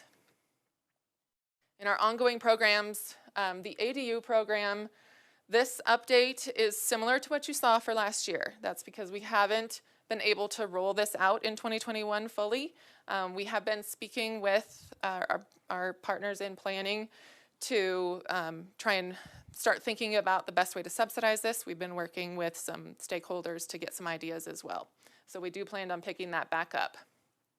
The Planning Facilitator Program is by all feedback received, being really helpful for those smaller developers delivering affordable projects. And so that is continuing into the next year. So for our program accomplishments here, we conducted 3 application cycles last year. We had 6 applications reviewed, 2 were approved for affordable housing funding and 3 for CDBG. We continue to implement the inclusionary housing program, and this year in 2021, we had a net increase of 10 rental units. 14 for sale units were added, however 4 were lost from the prior inclusionary zoning program. So that's 20 net increase for the year. So that puts us ever slightly closer to our goal of 5,400 units by 2035. We also continue to participate in the Regional Affordable Housing Partnership. We've been working this year with the smaller communities in Boulder County on affordable housing ordinance implementation. We're looking at the possibilities of centralizing some regional administration for inclusionary housing related to the data management and some of the more things that make sense to really coordinate across the board, and the possibilities for centralizing down payment assistance and rehab programs. That's one of the ideas to try and make it an easier and more successful program. And then we are coordinating across the jurisdictions for ARPA proposals for affordable housing. So I'd like to open it up for questions from either council or if you'd like to continue with public hearing.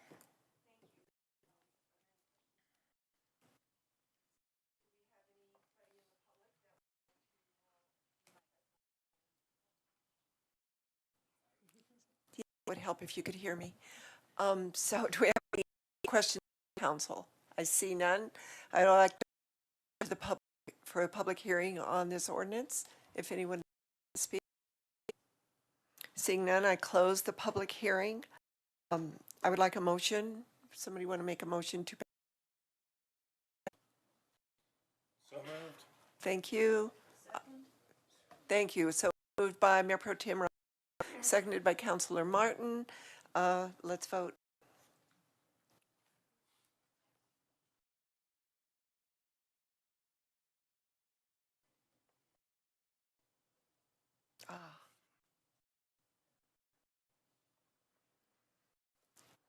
So that carried unanimously. Thank you. So our next ordinance is a bill for approving an full property mining and surface lease agreement between the City of Longmont and Aggregate Industries. Is there a staff report on this? No staff report. Do we have any questions on this ordinance? Seeing none, I'd like to open it up to the public. Anybody want to speak on this ordinance from the public? Seeing none, I close the public hearing. Do I have a motion on this ordinance? Thank you. A second? Thank you. That has been moved by Waters, seconded by Councilor Yarbrough. Let's vote. So that carries, passes unanimously. Thank you. Our last ordinance is a bill for an municipal code regarding the 2021 edition of the International Building, Residential, Mechanical, Gas, Plumbing, Property Maintenance, Energy Conservation, Swimming Pool and Spa, Existing Building, and Fire Codes. It's a lot of codes that we're reading. Any council? I'd like to open up the public hearing on this ordinance that would like to address. Seeing, close the public hearing. Can I have a motion? 2020. So that's been by Councilor Martin, seconded by Councilor Hidalgo Ferring. Let's vote.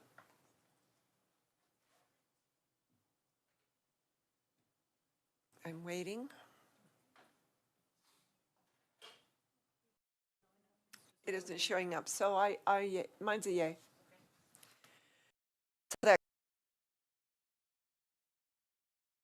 our reading and hearing. Are we still okay, staff? And do we? Let's take a 5-minute break. Thank you.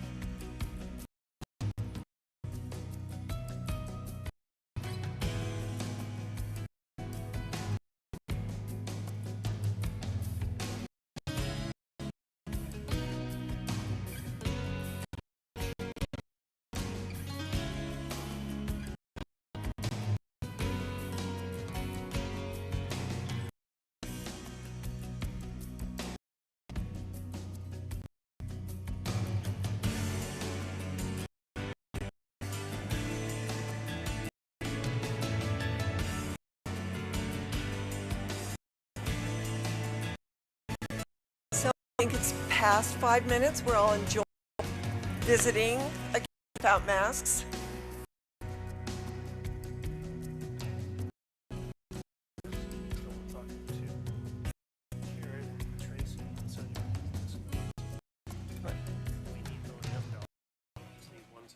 I agree. Right.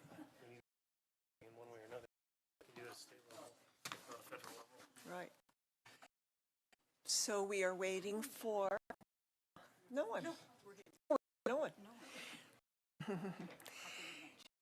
So there were no items on the consent agenda, so we're going to go to general business and have the presentation by the Veterans Community Project for 100% waiver of development fees. So is it going to be Joni or Kelly? Mayor Peck, a little of Okay, great. but we're going to invite Mark with the Veterans Community Project to come up and do a presentation first. Great, thank you. Good evening, Madam Mayor, council members. My name is Solomon. I'm a resident and a combat veteran. I served in Iraq in 2007, and I recently returned from a year-long deployment in Djibouti, Africa. As part of my continued service in the Navy as a reservist, I have taken an oath to defend the Constitution of the United States against all enemies, foreign and domestic. Everyone who ever took that oath to serve in the military understood that they have to be willing to give their lives in order to uphold.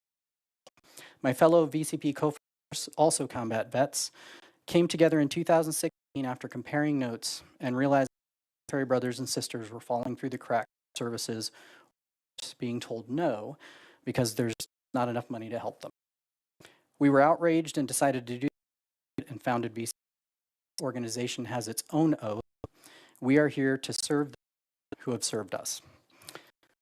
A quick overview. We started our work to end veteran homelessness in Kansas City. We now have pictured with for individual veterans and 4 family units for veterans.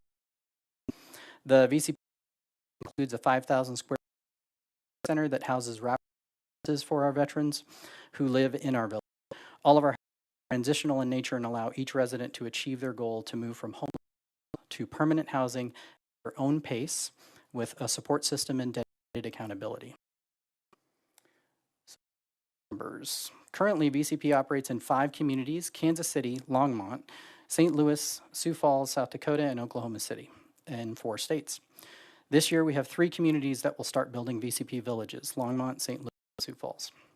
We have demonstrated in 5% permanent housing for veterans. We have served over 5,000 veterans with various services through our outreach centers and our housing through in all different communities. Longmont, here we have already been able to help 270 veterans through our outreach services and resettlement center on Main Street. The village isn't yet constructed. We have been able to place 33 veterans into permanent housing. Plan tiny houses for individual veterans and 5 family houses. Each of these houses has backsplash, granite counters, and doors. We've designed them with veterans in mind.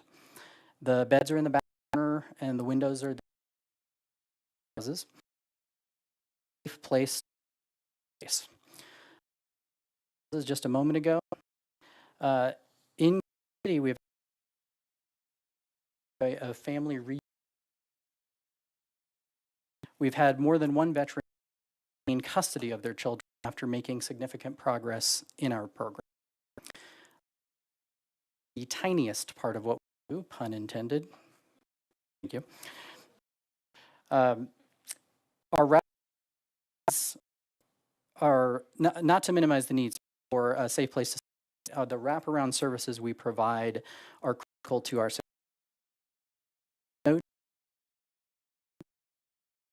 without a hub or for services. This base camp on-site community center in the middle of this picture, that red car, into permanent housing like job skills, home skills, etc.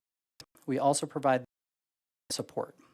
This network will prove critical for their long-term success after they leave the program. While we will only have 26 tiny houses, we will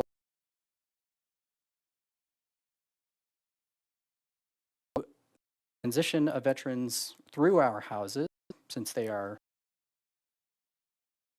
we move them to permanent housing, and then we houses, we also have walk. So every year we will help hundreds of veterans. So a project time, we started our partnership in 2018 after this city decided that they wanted to vote in our community. In 2018, the beginning of 2000 week to meet to get this project going. We're also making partnership work so well that I decided to move my family here in 2019. So we are committed in here. That we moved here. That was the last time I was allowed to address council. So I don't know if that didn't do a good job or what. It's been 3 years, so we'll see what I do after this. Fast forward to the summer of 2020 when we hired our first veteran services staff and started providing outreach services. We didn't even have an office space, yet we started helping veterans in the community. Staff was working from their homes and their cars. Many on this council were present when we opened the outreach center in November of last year at Main and Mountain. Any veteran, they don't have to be homeless, can walk in and get assistance. Currently at 6 full-time staff, and we'll soon have approximately 10 employees in Longmont, full-time employees in Longmont. After we have completed building our village, our operating budget annually will be $2 to $1.5.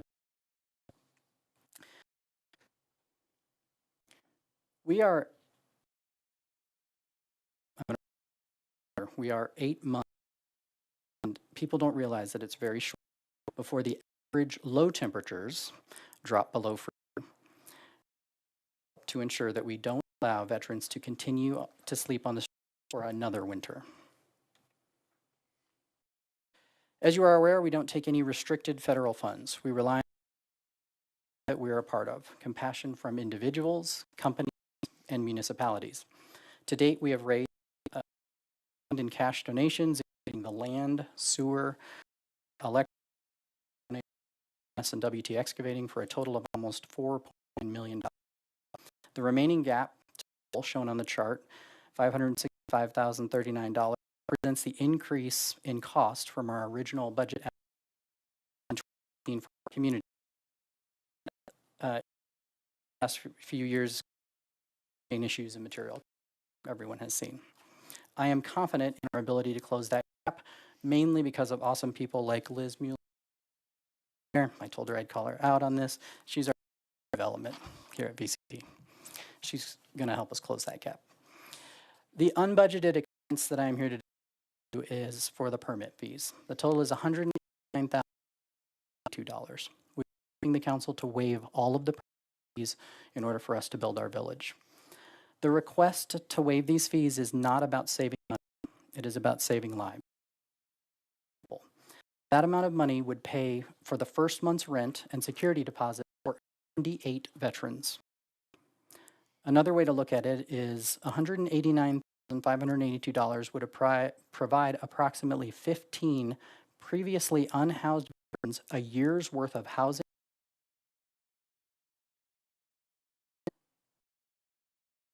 infusion,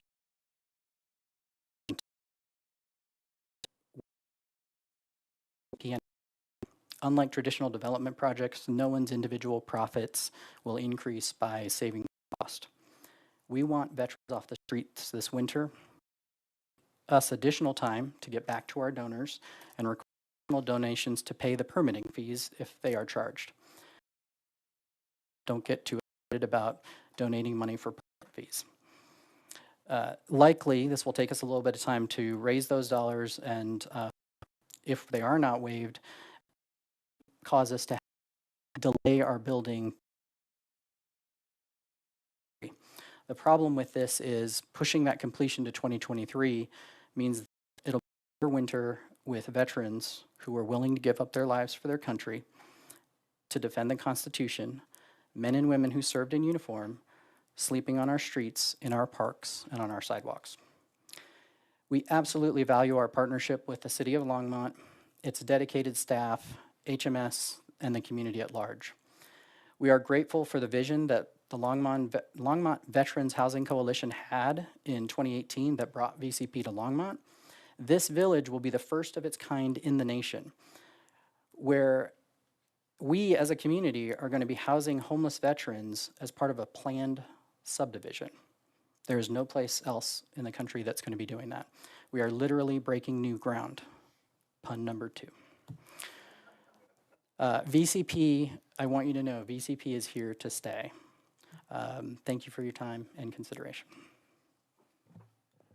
Thank you for that presentation.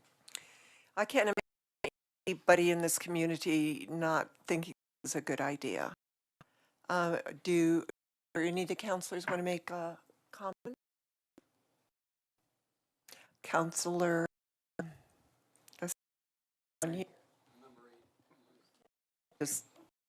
gotcha. Counselor Waters. Thank you, Mayor Peck.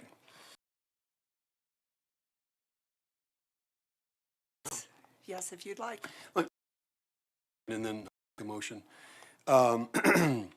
We heard earlier this project was placed into a metro district that was approved by this council as part of the Mountain Brook development a couple of years ago.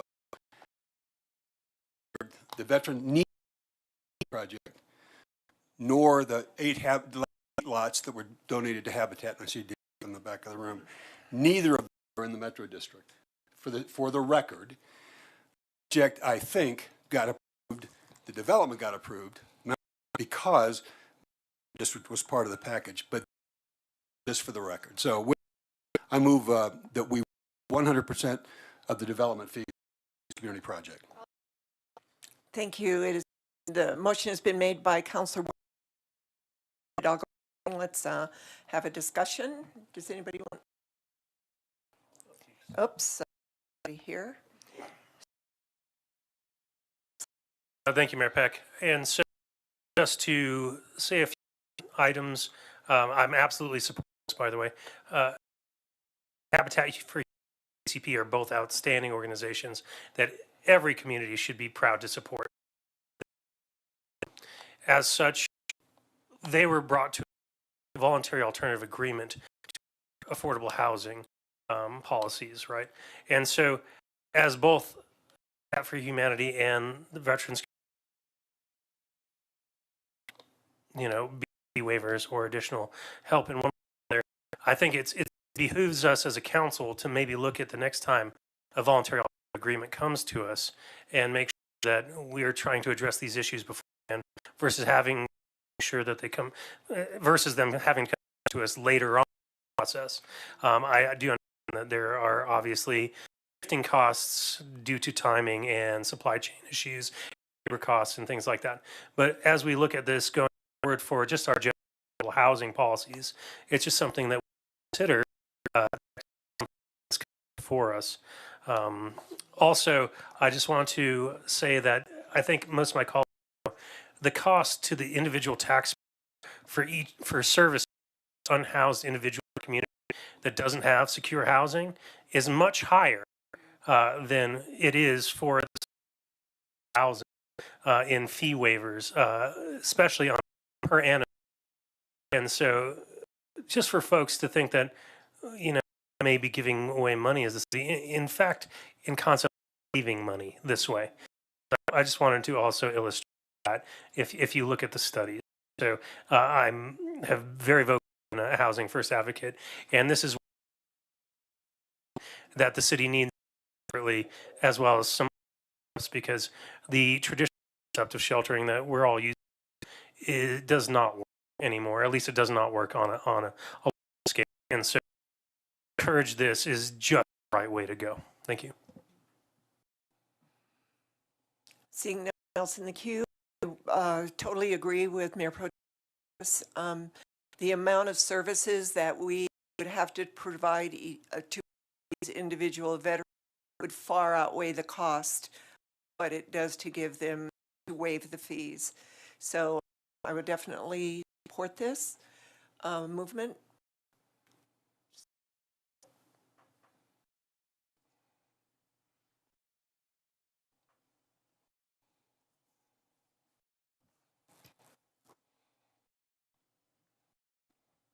So that vote carried unanimously. Thank you.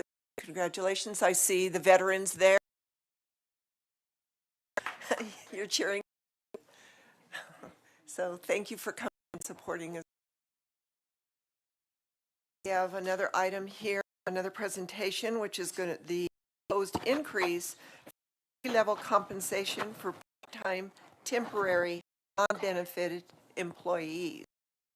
So Gina is going to give us a report on this. Good evening, Madam Mayor, members of the Longmont Council. My name is Gina, and I am the Compensation Manager for the city. To you all for the first time.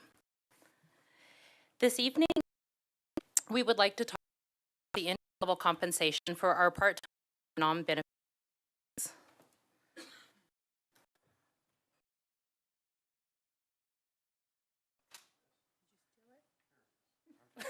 Okay, gotcha. Thank you.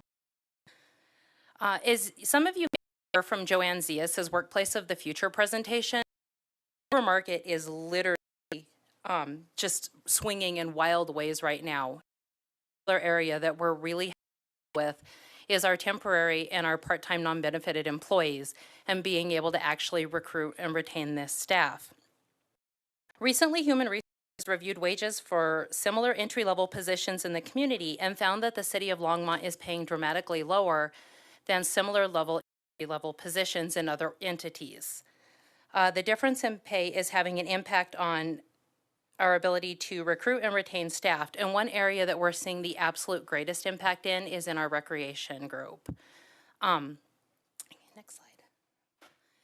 Currently, this slide shows the bare minimum that they would need to be able to safely operate programs and facilities and how far they are at this point in time from being able to do that. Currently, we have temporary employees that are making anywhere from the Colorado minimum wage of $12.57 an hour to $15.40, which are all below any of the other locations that we looked at for entry-level staffing. What we would like to request is to increase the entry-level compensation for our temporary and part-time non-benefited positions to a minimum of $15.50 per hour to be able to recruit and retain staff for all of our part-time non-benefited and temporary positions citywide. Additionally, adjustments would be made to prevent compression within job series. An example of that would be, I will use recreation. If we have lifeguards that get raised, then we would have to look at, of course, the senior guard and the pool managers. But we would account for the compression in positions as well. And I'm going to have Jim Golden speak to our financial impacts piece.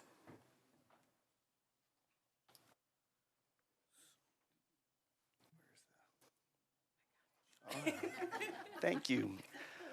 Mayor Peck, members of council, I'm Jim Golden, Chief Financial Officer. So on the financial impacts, I think we didn't put in the communication what we project citywide.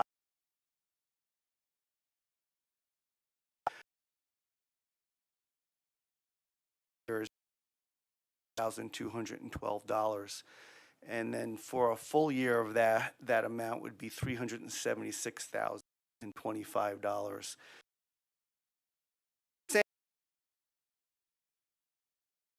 22 costs the general fund from that's going to be necessary. I believe that once we close out the 2021, we'll know that sufficient fund balance available that we'll be able to do that with outside of the stabilization reserve. But we do have $3.11 million in stabilization reserve and $4.1 million based on how the projected budget was put together. So it shouldn't be a problem to cover it. We are going to, if you just to go forward, we're going to do an appropriation ordinance that would include the source funding for the general fund. And so, could you go back? I'll finish there. Thanks. So there are other funds that would be impacted listed here. Left side of the screen, the Fund, the Street Fund, Public Safety Fund, Revenue Fund, Senior Special Revenue Fund, and the Museum Special Revenue Fund. These are all smaller amounts than the general fund, other amounts that make those differences. And the golf fund would also need appropriation to pay for their out of fund balance in 22. The would all be able to cover this increased costs from there. And just pointing out, the reason why we have the citywide estimate for 23 in there is because by doing this, if we do have to get the direction to do this, we would then need to include that as a funded 3 operating budget, full year cost of 376 in there as an FYI. And so you can now change it, and this is that if directors to go forward with this, we would come forward with 2 actions at the next regular meeting. First would be an appropriation ordinance, and secondly would be a resolution that would amend the compensation, the pay plan. So that's all I have. We could answer any questions you have. So I want to add a couple of things. So Mayor, Council, just so you know, so we start the hiring process for many of our temporary positions in January, February timeframe, so we're ready for the summer period. It was about 3 weeks ago, where Jeffries started talking to me about the issues we were having in filling the positions and where we were sitting, and so this is one where I directed them to directed HR to immediately begin to see what the market salaries were doing for the entry positions and get something ready for us to you all as quickly as possible, because we need to get those positions hired and where we understand the position going to be to the summer period. I mean, what we can say is generally we're seeing, like every community in the country, the hiring, and we can see here, but we need to make this move. If we're not, we're going to have to start making decisions in terms of what programs we continue, what programs we don't continue, and at the end of the day, what we're able to open so that we can improve our operations. And so normally we would like to talk about this ahead of time, but this was an issue we're so far behind that we felt we needed to make the adjustment as quickly as possible and start recruiting with folks knowing where we're moving and those positions. But the numbers are the entry-level positions, what they're paying entry-level positions at places like fast food restaurants and things like that. And so we really, you've never heard me be probably this direct. We need to make this move so that we can fill these positions and we can continue our operations as we have in the past.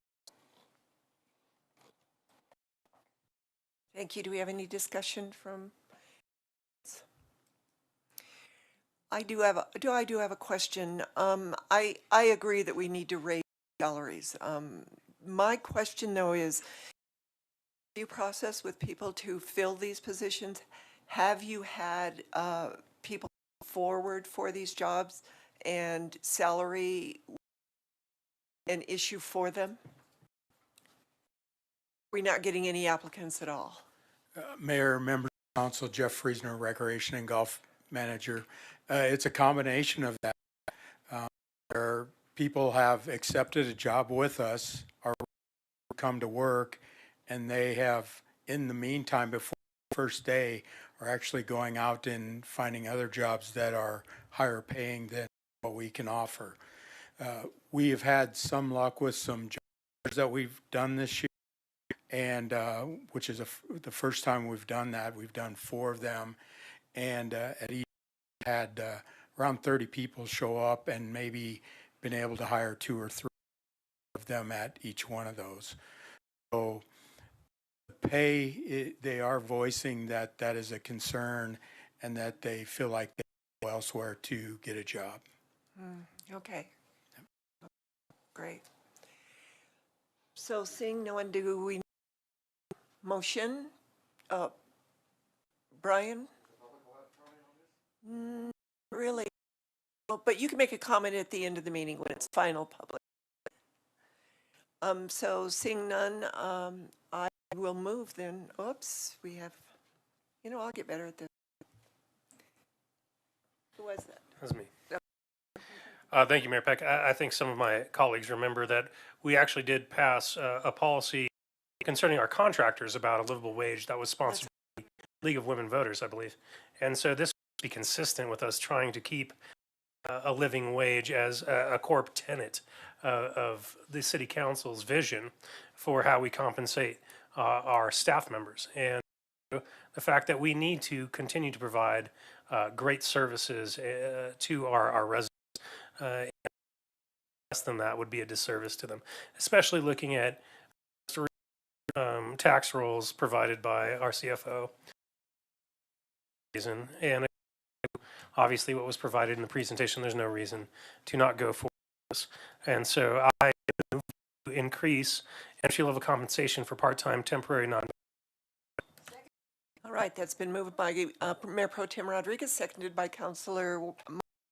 Let's. Dang it. It's coming up.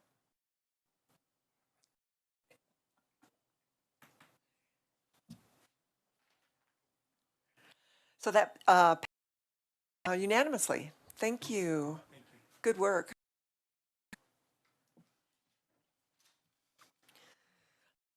Presentation will be by Tony Chacon. It's a resolution of the City Council of the City of Longmont, Colorado, creating vacant seats for the county appointee, school district appointee, and mayor appointee to serve as commissioners to the Longmont Renewal Authority.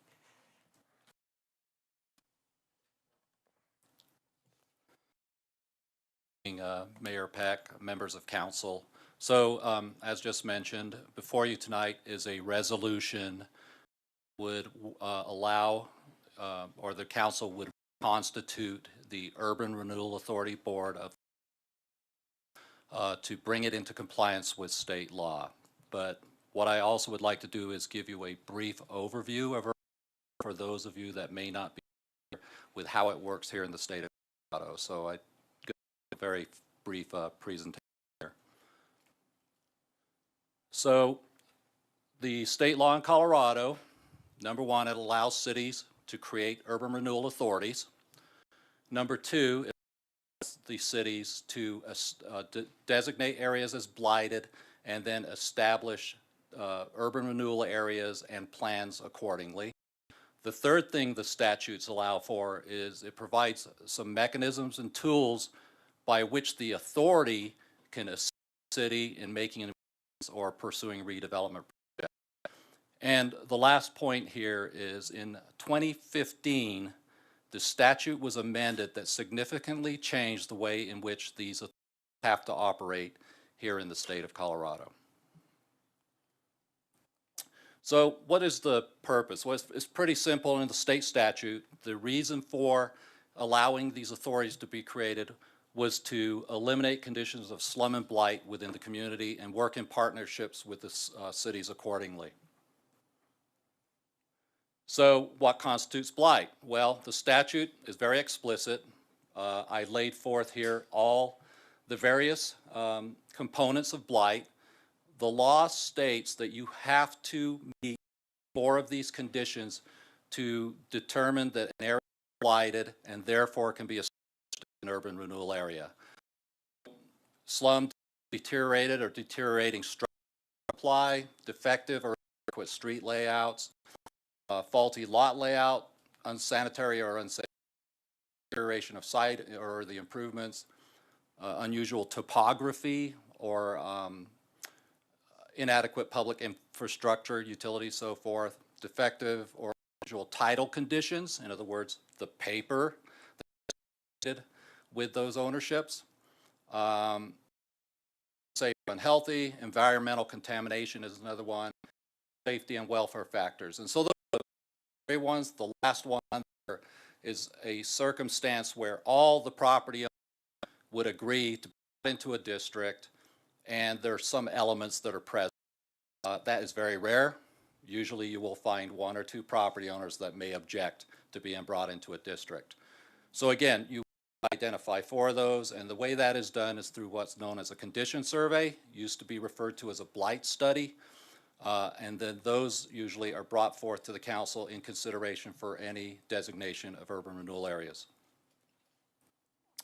So what are the benefits of urban renewal? It provides a means of development, quote, paying its own way, in that the value, the increased value from that improvement actually can go back into making improvements in the area or into the project itself. It can improve the attractiveness of an area, hopefully attracting new investment as projects proceed.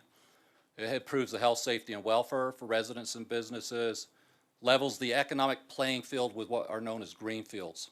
And so usually urban renewal areas are associated with dire conditions in neighborhoods, which usually increase the cost to the development community. And so this puts it in somewhat of an equal footing possibly. And then it improves the economic prosperity by creating jobs and providing new housing.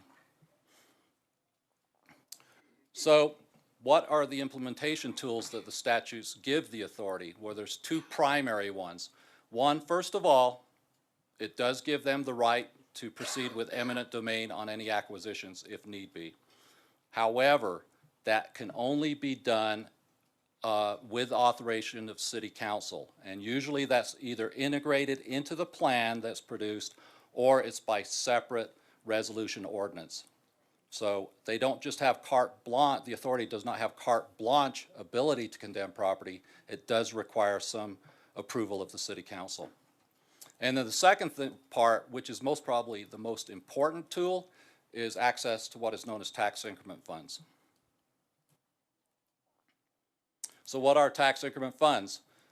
Simply, instead of going through all this, simply the tax increment is the value that the property increases by relative to the improvement. So if a parcel was appraised at 10,000 and then the new project comes in at 100,000, the 90,000 is considered increment that can go to the authority, or some portion can go to the authority for their expenditure on improvements or redevelopment in that particular district.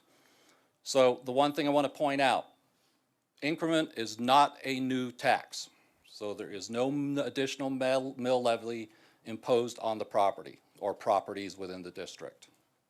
It only utilizes the existing tax base that's in the area.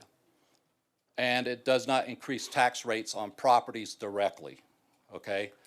Now, people will say that there is an increase on taxes, but that generally that's indirect by virtue of improving the conditions of the area, thereby the appraisals on all properties in that area could go up as a result.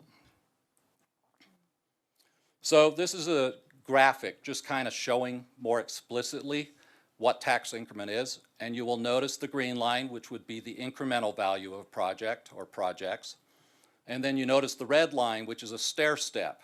So the way the law works is that a base valuation is set at the time before the project proceeds, and every year or every 2 years it can ratchet up the base value, and that value goes to the taxing entities. It's not part of the increment. So some persons will tell you, well, the taxing entities aren't getting any benefit, but in reality they are getting a benefit. The other provision, just for information, and we can get into this further down the line on some study sessions, is school districts are actually backfilled on any lost opportunity from revenue. So there is a provision where the state is effectively giving the school districts money that otherwise they may have got if that project was built not using tax increment. So the authority's roles and capabilities, implement the municipality's plans. They can partner with the city in terms of funding or the improvements, receive and reinvest tax increment funds as they see fit or appropriate. They can acquire property for improvement. They can actually own and operate facilities, public facilities if need be. And maybe one of the more important things is that they can actually issue debt that has no relationship to the debt of the city. So there's no burden on the part of the city unless the city agrees to back any of that debt. And provide resources and support to urban renewal district businesses. So, for example, you could create a fund that helps them hire employees or something like that.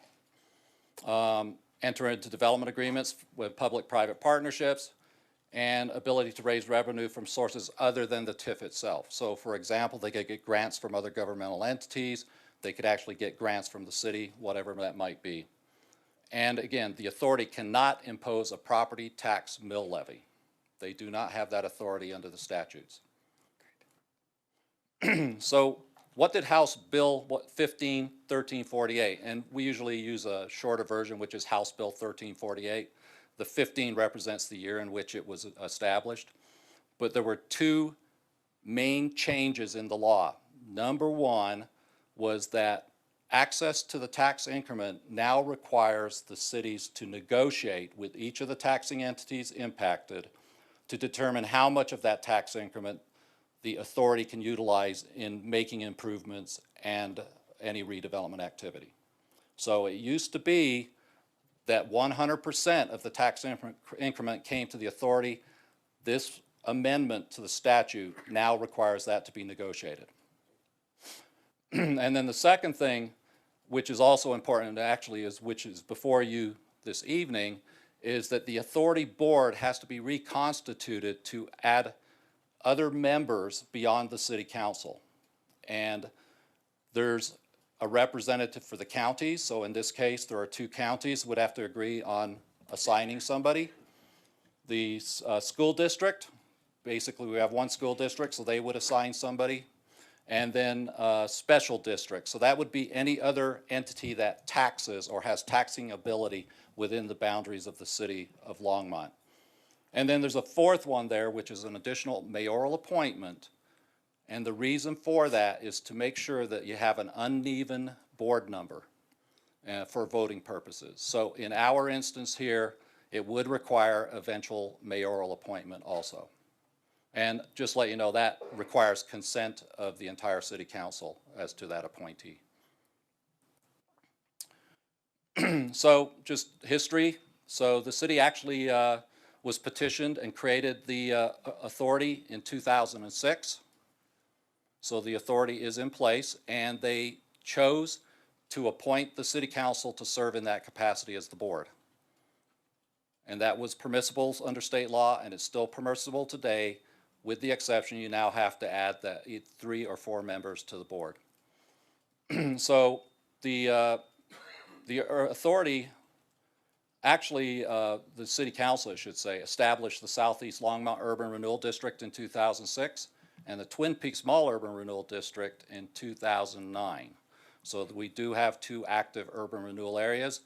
The city has yet to institute any tax increment capacity on either of those, with the exception of the Village at the Peaks, which the city did create a TIF area and has been generating tax increment that has been used to pay off the bonds that the city issued on that particular project.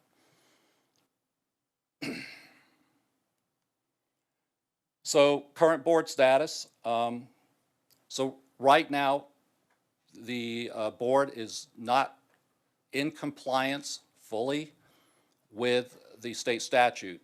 So any new urban renewal activity or any amendment to any of the urban renewal activities that have been done to date, substantial amendment, requires that this board be put in place before they can do any activity or action or even any discussion on urban renewal needs or activities within the city.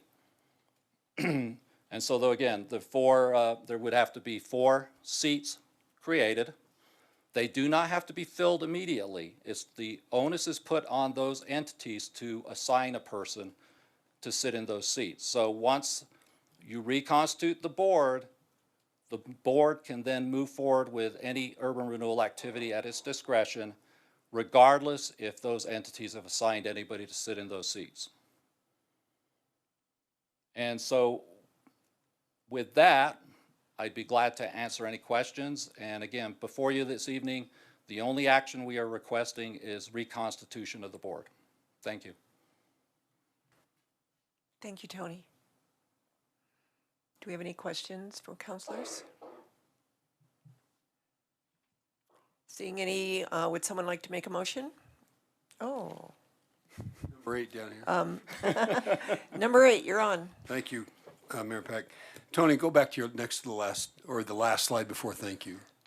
So will it be county commissioners who make these appointments? Okay, so yeah, it's, no, it's each of the entities. So Well, I say the counties on counties, here. because it'd be Weld County and Boulder County, Yeah. the commissioners in each of those entities would have to agree on one appointee, one person. So it starts with the commissioners. That was where I was going with my question. It's not staff. Nope, it's the commissioners. It's the commissioners. And in Weld County and Boulder County, those commissioners would have to get together and agree on one. Yeah, and we do understand from previous discussions in the past that Weld County may acquiesce to Boulder County's Okay, appointment. because I was going to ask, could we be in that meeting when they go through that discussion? Just to watch and listen? Well, we will be asking them for a resolution or something. Yeah, that- okay, that'd be interesting to. And you could sit in on, I'm I'd sure, love on their to sit in public on that hearing. one, yeah. Oh, and just let me say, the county commissioners do not have to have an appointee that actually serves on the commission. They can pick whoever they want in the community. Okay, it doesn't have to be a commissioner. No. Just somebody. Yeah.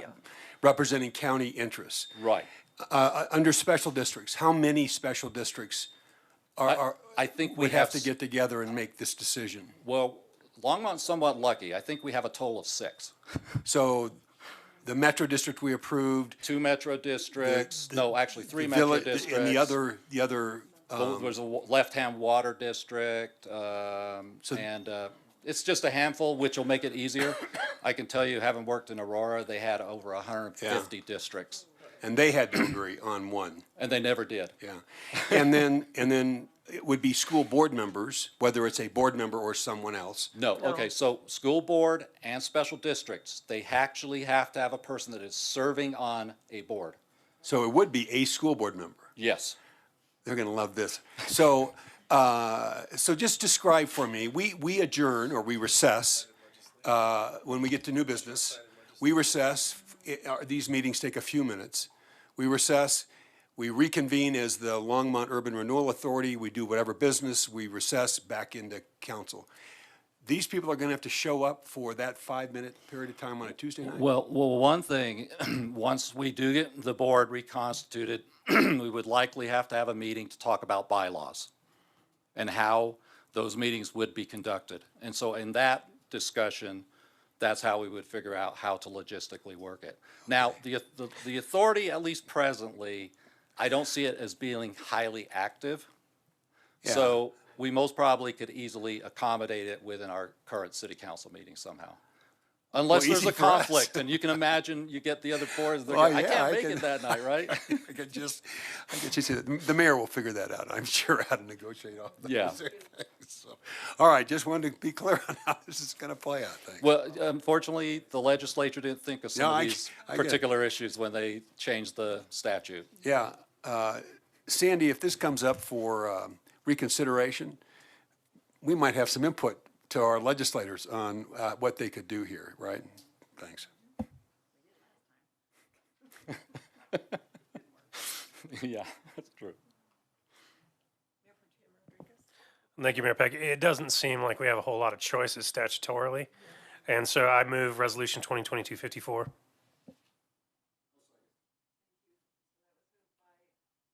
On my mic. That was moved by Mayor Pro Tem Rodriguez, seconded by Councilor Waters.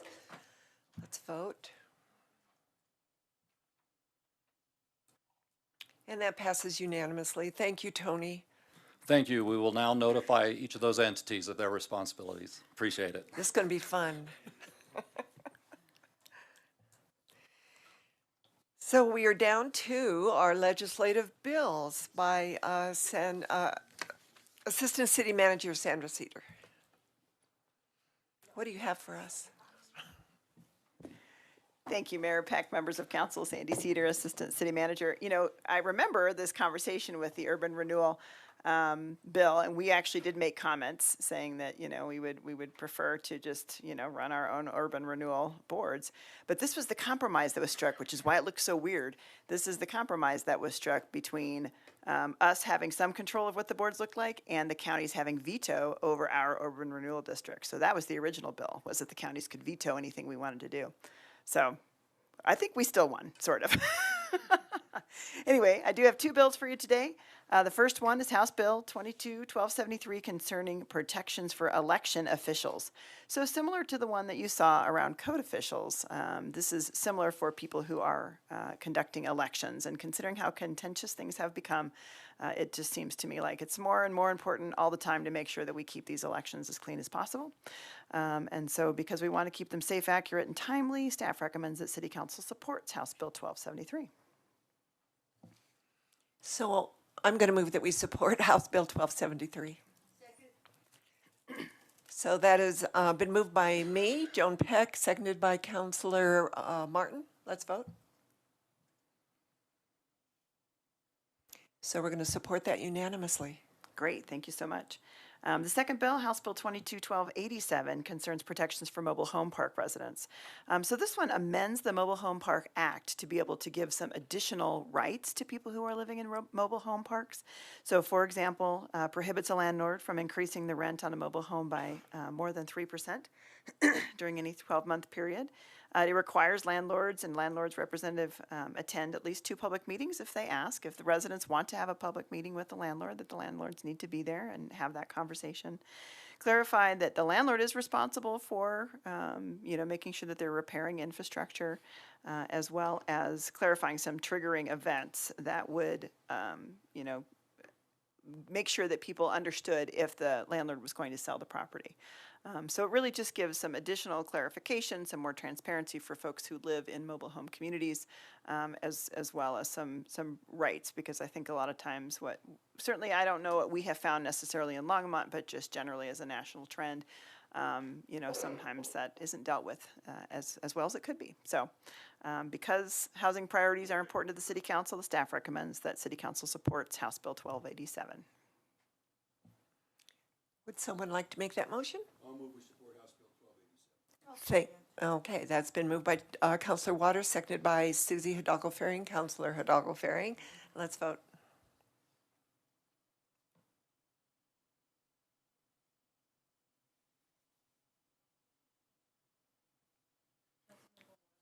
I'm not seeing any opportunity to vote. How would you like to vote? Well, put me in the yes column. Okay. We'll get all the bugs worked out. So that passes unanimously. Thank you. Sandy, I do have a question about that trailer. Does that cover HOAs as well? Or is it just the landlord who owns the property? It's just the landlord that owns the property. Okay. Yes. Thank you. Although there are other HOA bills that you've seen, and you'll probably see some more coming up. Yep. Thanks. So we're now at final call, public invited to be heard. Is there any public? I see 3 publics, 3 people. Does anybody want to, do you have anything you want to talk about? Who? I'm sorry, I didn't see. Oh, Paul, I didn't. I know, I'm invisible because you wouldn't recognize me dressed like this. That's right. Paul Tiger, 350 Kimbark. I just heard something earlier this evening, and that was talking about how Longmont's getting older. The census tells us that Longmont's getting younger. It's much younger than it was 10 years ago, mean age being 35. So we're getting younger, not older. Let's plan for younger people. All those kids that were here, let's plan for them. Thanks. Thank you, Paul. Hey there, Dallas Stiles at 8 James Circle. Just saying hello, because this is nice to see you guys in person for once. Dallas. Don't really have anything to say, but yeah, fun to be here. We're Thanks great for to having me. see you. That's right, in the flesh. You Thanks. are real. I know, right? Not just a face. Yes. Thank you. Nice to meet you. That's great. So we're now at Mayor and Council comments. I would like to make, One more, oh, please. Brian, I'll be quick about it. you don't have to be too quick. It's funny, I just brought this issue up about 3 or 4 weeks ago with my boss, Molly Fitzpatrick, and brought it to her attention. And I just clarified something, and this has to do with job applications and increasing them, the number of applicants. I thought that Longmont used the NeoGov application website, because that's what every other municipality in Colorado uses. Turns out we don't. They just told me that we have our own portal to apply for jobs. So I'll hold my critiques of the NeoGov website, which are numerous. That's a horrible application process and the way they do it. But I just sat down and did one through our portal, and it's pretty efficient. But I thought it might be a good idea, especially for level positions, that you have a way to apply other than over a computer. People don't have computers. It's particularly difficult on phone. And I just think that being able to submit an application in a different type fashion might help some additional job applicants. You know, some people don't have a laptop. A lot of people don't. Most people, especially younger, are relying upon cell phones. Don't have cell phones. There's like 10% that doesn't even have a cell phone. So so maybe open process and provide them alternative means in the online portal. That's all. Thank you. And don't ever go with NeoGov for application process. That's a horrible. Else out there I'm missing. So I'll close the public invited to be heard, and we are now at Mayor and Council. I do want to remind Council that the comment section is not necessarily for discussion with staff. These are things that it's at the end of the meeting that you would like to give kudos to, inform us about, etc. Councilor Waters in the queue. Number 8. Thank you, Mayor Peck. Karen Roney, I am going to address this to Karen Roney. Karen, is this your last meeting? So dialogue with Karen, but I would like to say, Karen, I'm a short timer here. I've been here just a short time, but how much I your work, your contributions to the city over a generation and a half or so, and just as resident and as one council member, you miss your contributions, your smiling face, and having had a chance to work with you. So let's speak the next chapter of your life. I hope it's sweet and long and healthy. That was perfect. Kudos. And I'll miss your laugh.